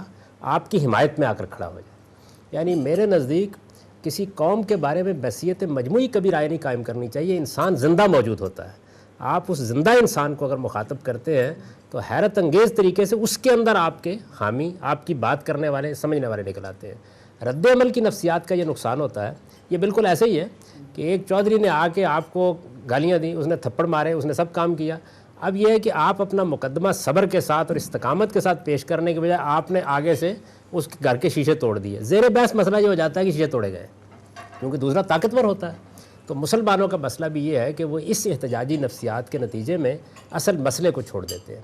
میرا تو اپنا احساس یہ ہے کہ جہاں احتجاج کرنا، یعنی میں احتجاج کی کوئی نفی نہیں کر رہا، انسانی جذبات ہے، اگر مغرب کے لوگوں کو یہ حق تھا کہ وہ عراق جنگ کے خلاف سڑکوں پر نکلے، تو ہمارے ہاں بھی اگر لوگ تہذیب کے ساتھ، شرافت کے ساتھ، کوئی نکسیر نہ پھوڑتے، کوئی بتی نہ توڑتے اور مہذب طریقے سے اپنی بات پہنچاتے، وہ غلط بات نہیں، میں اس کی نفی نہیں کر رہا، لیکن اس سے کہیں زیادہ بڑا کام جو کرنے کا ہے وہ وہی ہے جس کی طرف آپ نے توجہ دلائی کہ ہم علمی طریقے سے معاملے کا جائزہ لے کر شائستگی کے ساتھ اس کا ابلاغ کریں اور اتنے اعتماد کے ساتھ کھڑے ہوں کہ ہمارے پیغمبر اور ہمارے دین کے اندر کوئی ایسی بات ہے نہیں کہ جس بات پہ کوئی حرف ڈر سکے، یہ صرف مس انٹرپریشن یا سوء فہم ہے، ہم اس کو دور کر سکتے ہیں، یہ ہے۔ تو میرے نزدیک تو اولین کام جو ہے وہ کرنے کا یہی ہے، اور میں نے ابھی ایک سوال کے جواب میں آپ کے پہلے عرض کیا تھا کہ یہ احساس تھا جس کی وجہ سے میں نے کم و بیش 20 سال تک اجمل نیازی صاحب کی ساری خوبصورت ترغیبات کے باوجود اپنے آپ کو سوسائٹی سے کاٹ کے رکھا ہے، کیونکہ میرے نزدیک پہلے مسائل کا صحیح مطالعہ ضروری تھا اور اس کی صحیح تنقید ضروری تھی، اس کے بعد آپ معاشرے میں کوئی کام کر نہیں سکتے۔ ہماری اسلامی نظام تعلیم ہے، جیسا کہ آپ نے انالائز کیا، اور ہر غلطی کا ذمہ دار جو ہے ہمارا اسلامی نظام تعلیم قرار دیا ہے۔ جی ہاں، مذہبی نظام تعلیم کو آپ نے ہر برائی کا جو ہے نا وہ منبع قرار دیا ہے۔ جی ہاں، اسلامی ہوتا تو زوال نہ آتا۔ جی ہاں، تو آپ نے جو مذہبی تعلیم ہے اس کی بنیاد پہ آپ نے اس کو کنڈیم کیا ہے اور کہا ہے کہ یہ ایک جو ہے نا ناکام سارا سلسلہ ہے۔ میں یہ سمجھتا ہوں کہ صرف مذہبی تعلیم ناکام نہیں ہے، بلکہ جو ہمارے حکمران ہیں وہ بھی ناکام ہوئی ہیں، لیکن اس طرف آپ نے توجہ نہیں فرمائی۔ ان کی ناکامیوں کو بھی اگر آپ انالائز کرتے تو بہتر صورتحال سامنے آتی۔ آپ نے ایک چیز کو تو سامنے رکھا ہے لیکن دوسرے رخ کو نظر انداز کیا ہے۔ آپ نے پچھلے سالوں کی شکستیں تو بتائی ہیں ہمیں، لیکن آپ نے یہ بات بتانا نہیں پسند کیا کہ قائد اعظم نے ووٹ کے ذریعے یہ مملکت حاصل کی تھی، ہم نے جمہوری طریقے سے یہ پاکستان بنایا تھا۔ آپ نے اس کو اپریشیٹ نہیں کیا، آپ میں اتنا حوصلہ نہیں تھا۔ آپ کو اپریشیٹ کرنا چاہیے تھا کہ جو ڈیموکریٹک ہمارا جو کامیابیاں ہیں وہ بھی ہیں، اور جب ہم ناکام پاکستان میں اس لیے ہو رہے ہیں کہ ان ڈیموکریٹک کلچر ہے، ہم نے لوگوں کا ووٹ سے جو ہے یقین اٹھ چکا ہے کہ ہم ووٹ سے تبدیلی نہیں لا سکتے، اور آپ جیسے لوگ کھل کے بات بھی نہیں کرتے اس سلسلے میں۔ یہی بات تو کر رہے ہیں، آپ سے بات میں کیوں آئے؟ آپ آرام سے بات کریں۔ کوئی بات نہیں، نہیں میں سر یہ بات، لیکن بھیا آپ کا انداز گفتگو جو ہے وہ ڈاکٹر صاحب دیکھیں بات یہ نہیں ہے، بات آپ جب یہ ہماری میٹنگ ہے تو آپ بات سنیں، یہ تو بات نہیں، یہ بات جی گفتگو میرا خیال ہے دانش مندوں میں کچھ اور سمجھ میں آ گیا۔ بلند آباد میں کوئی باقی گیٹ کا جلسہ نہیں ہے، یہ ایک دانش وروں کی ایک مجلس ہے۔ میں بڑی خاموشی سے بیٹھا ہوں اور بڑی خوش اسلوبی سے ایک نہایت خوبصورت گفتگو ہو رہی ہے، اور وہ ہمارے نہایت قابل احترام مہمان ہیں، اور میں پرزور احتجاج کرتا ہوں کہ آپ کو کس نے ممبر بنایا ہے اس سوسائٹی کا۔ یہ بات کی بات ہے، بعد میں کر لیں گے آپ آپ کو یقین ہے ممبرشپ دینے کا، ہمیں کوئی اتنی آنر نہیں ہے یہاں ممبرشپ دینا، تو آپ کو خاندانی عادت دے رہے ہیں۔ میری گزارش میٹنگ میں بیٹھنے نہیں چاہتا ایسے لوگوں میں جو بات سنے، میں اس کو اپنے ادارے کی آپ کیسے ممبرشپ دینے والے، آپ کو یہ حق میں لگے ہوئے؟ جی میں اس ادارے کا ایک ادنا سا ممبر ہوں، اور میں اپنے انتہائی محترم مہمان کے بارے میں یہ انگیز گفتگو اس ادارے کی نہیں ہے۔ بہتر ہے کہ I will not tolerate۔ نہیں سر، میں نے جو بات کی تھی اتنی تھی کہ میرا سوال اتنا تھا کہ صرف دینی تعلیم جو ہے زوال کا سبب نہیں ہے، ہمارے غیر آپ اگر مجھے اجازت دے دیں، اگر آپ مجھے اجازت دے دیں، مجھے اگر اجازت دے دیں، میری گزارش دیکھیے، بات یہ ہے کہ مجھے یہاں پر کسی سیاسی اجتماع میں نہیں بلایا گیا تھا، ایک متعین موضوع دیا گیا تھا جس پر میں نے اپنے خیالات کا اظہار کیا۔ یہ میری بدقسمتی ہے کہ آپ اس وقت موجود نہیں تھے اور میری پوری بات آپ نہیں سن سکے، اور جتنی سن سکے ہیں اس میں میری کجمج بیانی ہے کہ میں شاید اپنی بات پوری طرح واضح نہیں کر سکا۔ تو میں اپنی اس غلطی کا اعتراف کرتا ہوں، اور اس کے ساتھ آپ کی خدمت میں بڑے ادب کے ساتھ یہ گزارش کرتا ہوں کہ میں نے سارے معاملے کا تجزیہ کیا تھا اور یہ بتایا تھا کہ اصل میں مسائل کیا ہوئے ہیں۔ جب آدمی سوالات کا جواب دے رہا ہوتا ہے تو ہر موقع کے اوپر وہ پوری بات نہیں دہراتا ان تمام معاملات کے بارے میں، بلکہ میں نے ان ایریاز کو متعین کیا تھا جو ہمارے درمیان کانفلکٹ کے ایریاز ہیں۔ میرے سامنے جو سوال رکھا گیا تھا وہ سوال یہ تھا کہ اس وقت ثقافتی اور سماجی سطح پر جو میڈیا کی یلغار ہو رہی ہے اور جس طرح ایک دور حاضر کی تہذیب ہے، اس کے مقابلے میں ہمیں جو علماء اور مسلم دانشوروں کے کردار کو متعین کرنا ہے۔ یعنی آپ اس موضوع کو دیکھیے، وہ کوئی سیاسی موضوع نہیں تھا، ایک بات نہ میں کسی ساری دنیا کی تاریخ پر تبصرہ کر رہا تھا۔ میری چند گزارشات ہیں بہت ادب کے ساتھ آپ کی خدمت میں۔ پہلی گزارش میری یہ ہے کہ جب آپ کسی معاملے کا مطالعہ کرتے ہیں تو ظاہر بات ہے کہ اس میں کئی پہلو ہو سکتے ہیں اس کی. مثلا مسلمانوں کے زوال کے کیا اسباب ہیں، وہ آپ کے نزدیک ایک ہو سکتے ہیں، کسی دوسرے آدمی کے نزدیک دوسرے ہو سکتے ہیں. میرا احساس یہ ہے کہ جب بھی کبھی سوسائٹی کے اندر خرابی آتی ہے، اگر سیاستدان بالکل درست ہوں اور حکومت کا نظام بھی بالکل درست ہو اور معاشرہ بھی بالکل درست ہو تو کوئی مسئلہ نہیں ہوتا. لیکن اگر وہ بگڑ جائے تو اس کی اصلاح کا آخری جگہ جو ہے وہ مذہبی اسکالر ہے. وہی اصل میں اٹھتا ہے، وہی مسلمانوں کی رہنمائی کرتا ہے. مسلمانوں کی پوری تاریخ میں آپ دیکھ لیں، سیاست اس سے متاثر ہوتی ہے اس کے بعد. اس لیے میں نے یہ عرض کیا تھا کہ اگر ہماری مذہبی تعلیم درست ہو جائے تو اس کے اثرات ہماری سیاست پر بھی پڑیں گے، معاشرت پر بھی پڑیں گے، تہذیبی روایات پر بھی پڑیں گے. یہ موضوع تھا جس پر گفتگو ہو رہی تھی، اور اس میں ہرگز یہ کہنا پیش نظر نہیں تھا کہ ہم نے کوئی کامیابی حاصل نہیں کی یا ناکامی کی ہے. میں مذہبی عالم کا کردار کیا ہونا چاہیے اور اس کو کس جگہ سے جدوجہد کرنی چاہیے اس پر گفتگو کرنا تھا. تو یہ ہو سکتا ہے کہ اس میں کسی جگہ پر کوئی ایسی بات ہوئی ہو جو آپ کے خیالات کے خلاف ہو. ایک ڈیموکریٹک ماحول کے اندر یہ حق تو ہم کو ماننا چاہیے نا کہ آپ کو بھی اپنی بات کہنے کا حق ہے، مجھے بھی اپنی بات کہنے کا حق ہے. اور میں پھر یہ عرض کروں گا کہ یہ جو تھوڑی سی تلخی پیدا ہو گئی اس کو ہم فراموش کر ڈالیں. اس کی وجہ یہ ہے کہ یعنی اس کی ہمیں تربیت حاصل کرنی چاہیے کہ ہم اختلاف خوشگوار ماحول میں کرنا سیکھیں. یہ میرا خیال یہ ہے کہ مسلم معاشرے کی ایک بڑی ضرورت ہے. ہم ایک دوسرے کی بات سنیں، غور کریں، اس کے اوپر تبادلہ خیالات کریں اور یہ کہہ کے اٹھ جائیں کہ ہمیں سخت اختلاف ہے، لیکن اتنے خوشگوار طریقے سے کہہ کے اٹھ جائیں کہ چائے کڑوی نہ ہو جائے. میں جو ہے اسلامی تعلیمات کے کلچر سے ہم جو ہے نا صورتحال تبدیل نہیں کر سکتے جب تک تمام معاشرے کے جو ذمہ دار لوگ ہیں وہ اس میں شریک نہیں ہوں گے. اب ہو رہا ہے کہ ہم سارا بوجھ اس معاشرے کے طبقے پہ منتقل کر رہے ہیں جو معاشرے کا سب سے کمزور، مظلوم، بے بس طبقہ ہے. کیونکہ ملا جو ہے معاشرے کا اس کو سب سے کم تنخواہ ملتی ہے اور آپ اسے توقع لیڈرشپ کی طرح کرتے ہیں. جن لوگوں کے ہاتھ میں قیادت ہوتی ہے وہ قوم کے لیے کیوں نہیں کرتے؟ بسم اللہ الرحمن الرحیم. نہایت ادب سے گزارش ہے کہ بجا طور پر آپ نے تاریخی اور عالمی پس منظر میں آج ہم سب کو زیادہ تر وقت میں گلوبل اور ہسٹوریکل اسلام کی صورتحال پر بہت سے پہلوؤں پہ روشنی ڈالی اور ہم کو جھنجھوڑا، جگایا. لیکن اس میں جہاں عالمی سطح کے عالم اسلام کی اصلاح کی بات چیت کرتے ہیں وہاں میرے ذاتی خیال میں اپنے گھر کی، اپنے وطن کی، اپنے ملک کی جو نصف صدی سے اوپر کرائسس ریڈن سچویشن ہے، اور خاص طور پہ اس لیے کہ ہم نے فکر اقبال سے متاثر ہو کر اور قائد اعظم کی قیادت میں ایک پاکستان موومنٹ 1940 کے ریزولوشن کے بعد 8 سال کے عرصہ میں اس موومنٹ کے نتیجے میں ایک نیا ملک، ایک نیا جغرافیہ، ایک نئے آئیڈیالوجی کے اوپر ایک اسلامی مملکت کی بنیاد رکھی تھی. اس فکر اور اس جذبہ جس نے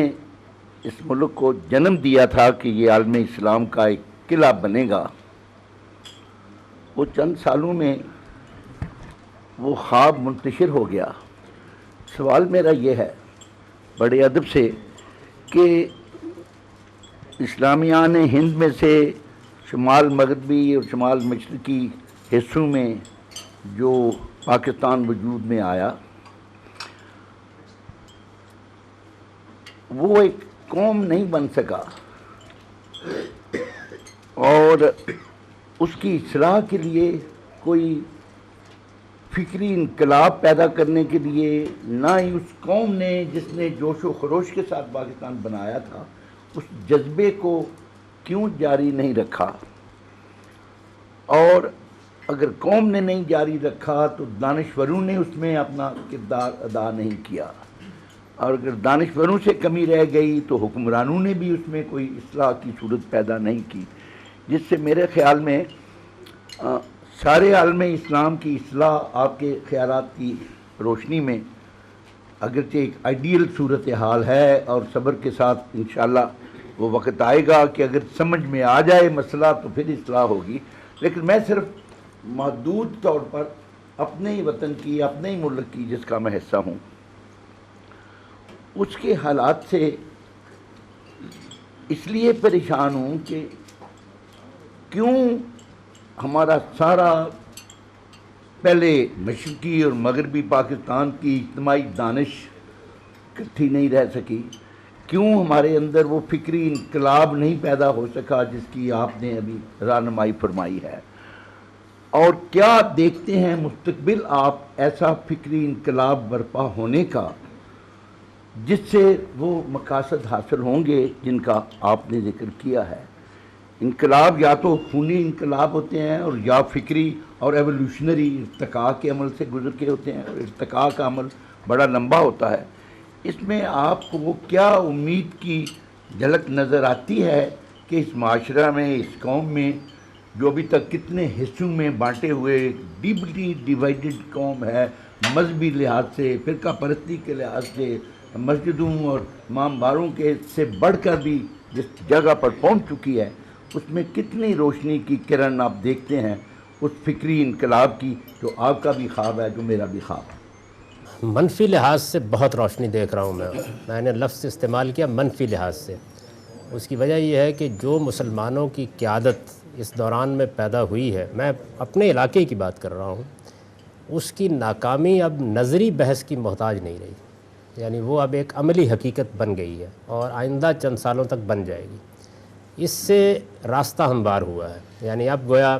لوگ جس اسپیل میں ہوتے ہیں اس سے نکلیں گے اور حقیقت کا تجزیہ کر کے حقیقت پسندانہ اقدامات کرنے کے بارے میں سوچیں گے۔ لیکن جہاں تک ایجابی پہلو کا تعلق ہے، پازیٹو پہلو کا، اس میں ابھی روشنی کی کوئی بڑی کرن اس لیے نظر نہیں آ رہی کہ اس قیادت سے تو یہ توقع نہیں کی جا سکتی کہ یہ لا عمل بدلے گی، ارریلیونٹ ہو جائے گی کچھ وقت کے بعد، لیکن نئی قیادت کے پیدا ہونے کا جو عمل ہے اس میں شاید ابھی مزید وقت لگے، یعنی میں یہ محسوس کرتا ہوں کہ وہ لازماً پیدا ہو جائے گی، کیونکہ اس لائے عمل کی خامی اور اس کی کمزوری اب اصل میں کچھ چند جذباتی معاملات تک رہ گئی ہے۔ میرا اپنا احساس یہ ہے کہ بڑی حد تک لوگ دل میں اب یہ محسوس کرتے ہیں کہ یہ ٹھیک نہیں تھا جو کچھ ہوا ہے، اور اس کے بعد شاید ہم پاکستان کے فکری بانی اقبال کی بھی باز یافت کر سکیں، کیونکہ اقبال کے ساتھ یہ معاملہ ہوا کہ وہ مصور پاکستان تو ہو گئے، وہ ہمارے سیاسی رہنما بھی ہو گئے، شاعری بھی ہم نے ان کو پڑھ لی، لیکن جس طریقے سے انہوں نے اس دائرے کی نشاندہی کی تھی جس میں اصل میں امت کے احیاء کا راز پوشیدہ تھا، اس پر کوئی ایک کام بھی کرنے کے لیے ہم تیار نہیں ہوئے، اس لیے کہ ہمیں فراغت نہیں تھی نا اس لائے عمل سے۔ ہمارا تو کہنا یہ تھا کہ اچھا مذہبی لوگوں کے ہاتھ میں اقتدار دے دیجئے، بس تمام معاملات درست ہو جائیں گے۔ یہ ایک نقطے کا لائے عمل ہے جس پر ہم نے جدوجہد کی ہے اس سارے عرصے کے دوران میں، جبکہ میرا نقطہ نظر یہ ہے کہ جب تک آپ علم اور تعلیم اس کو اپنا مرکز اور محور بنا کر پہلے امت کی ایلیٹ میں اور سوچنے سمجھنے والے طبقے میں اسلام کے حق میں ایک فکری انقلاب نہیں پیدا کر دیتے، اس وقت تک آپ کسی روشن مستقبل کی کوئی نوید نہیں پا سکتے۔ دیکھیے میں ایک گزارش آپ کی خدمت میں کروں، اور وہ یہ کہ دنیا کے اندر جو فکری تبدیلی ہوتی ہے یہ اتنی پائیدار ہوتی ہے کہ اس وقت جمہوریت کے حق میں انقلاب برپا ہو چکا ہے، فکری انقلاب آپ کے ملک میں اور دنیا کے دوسرے ملکوں میں۔ ملوکیت بھی جہاں قائم ہے، کوئی آدمی جمہوریت کے خلاف تقریر کرنے کے لیے تیار نہیں ہے۔ کیا ہم اسلام اور اسلامی شریعت کے حق میں یہ فکری انقلاب پیدا کر سکیں؟ نہیں پیدا کر سکیں۔ تو جب آپ اس درجے میں لے جائیں گے، میں تو ہمیشہ یہ کہتا ہوں کہ اس کا مطالبہ کرنے کی کیا ضرورت ہے کہ شریعت مثال کے طور پر نافذ ہونی چاہیے۔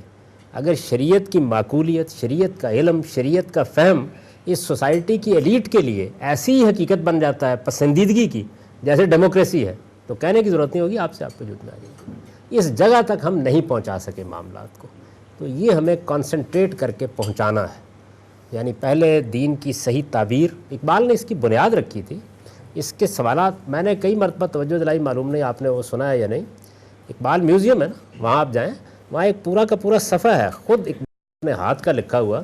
جس میں انہوں نے، ان کے ذہن میں یہ تھا کہ وہ آخری عمر میں ایک کتاب لکھیں گے، اسلام ایز آئی انڈرسٹینڈ اٹ، تو اس کے انہوں نے کانٹینٹ وہاں متعین کیے ہیں۔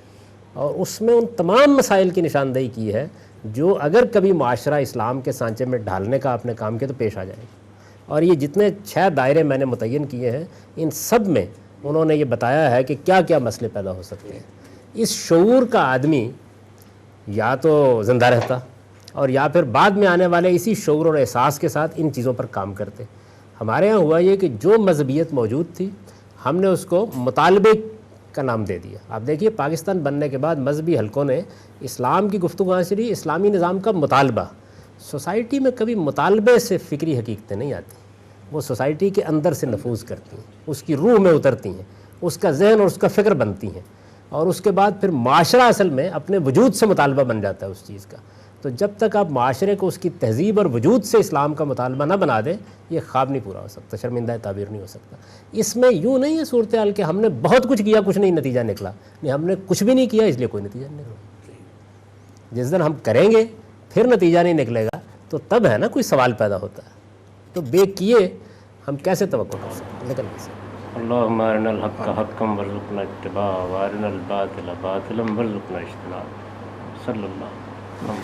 وسلم.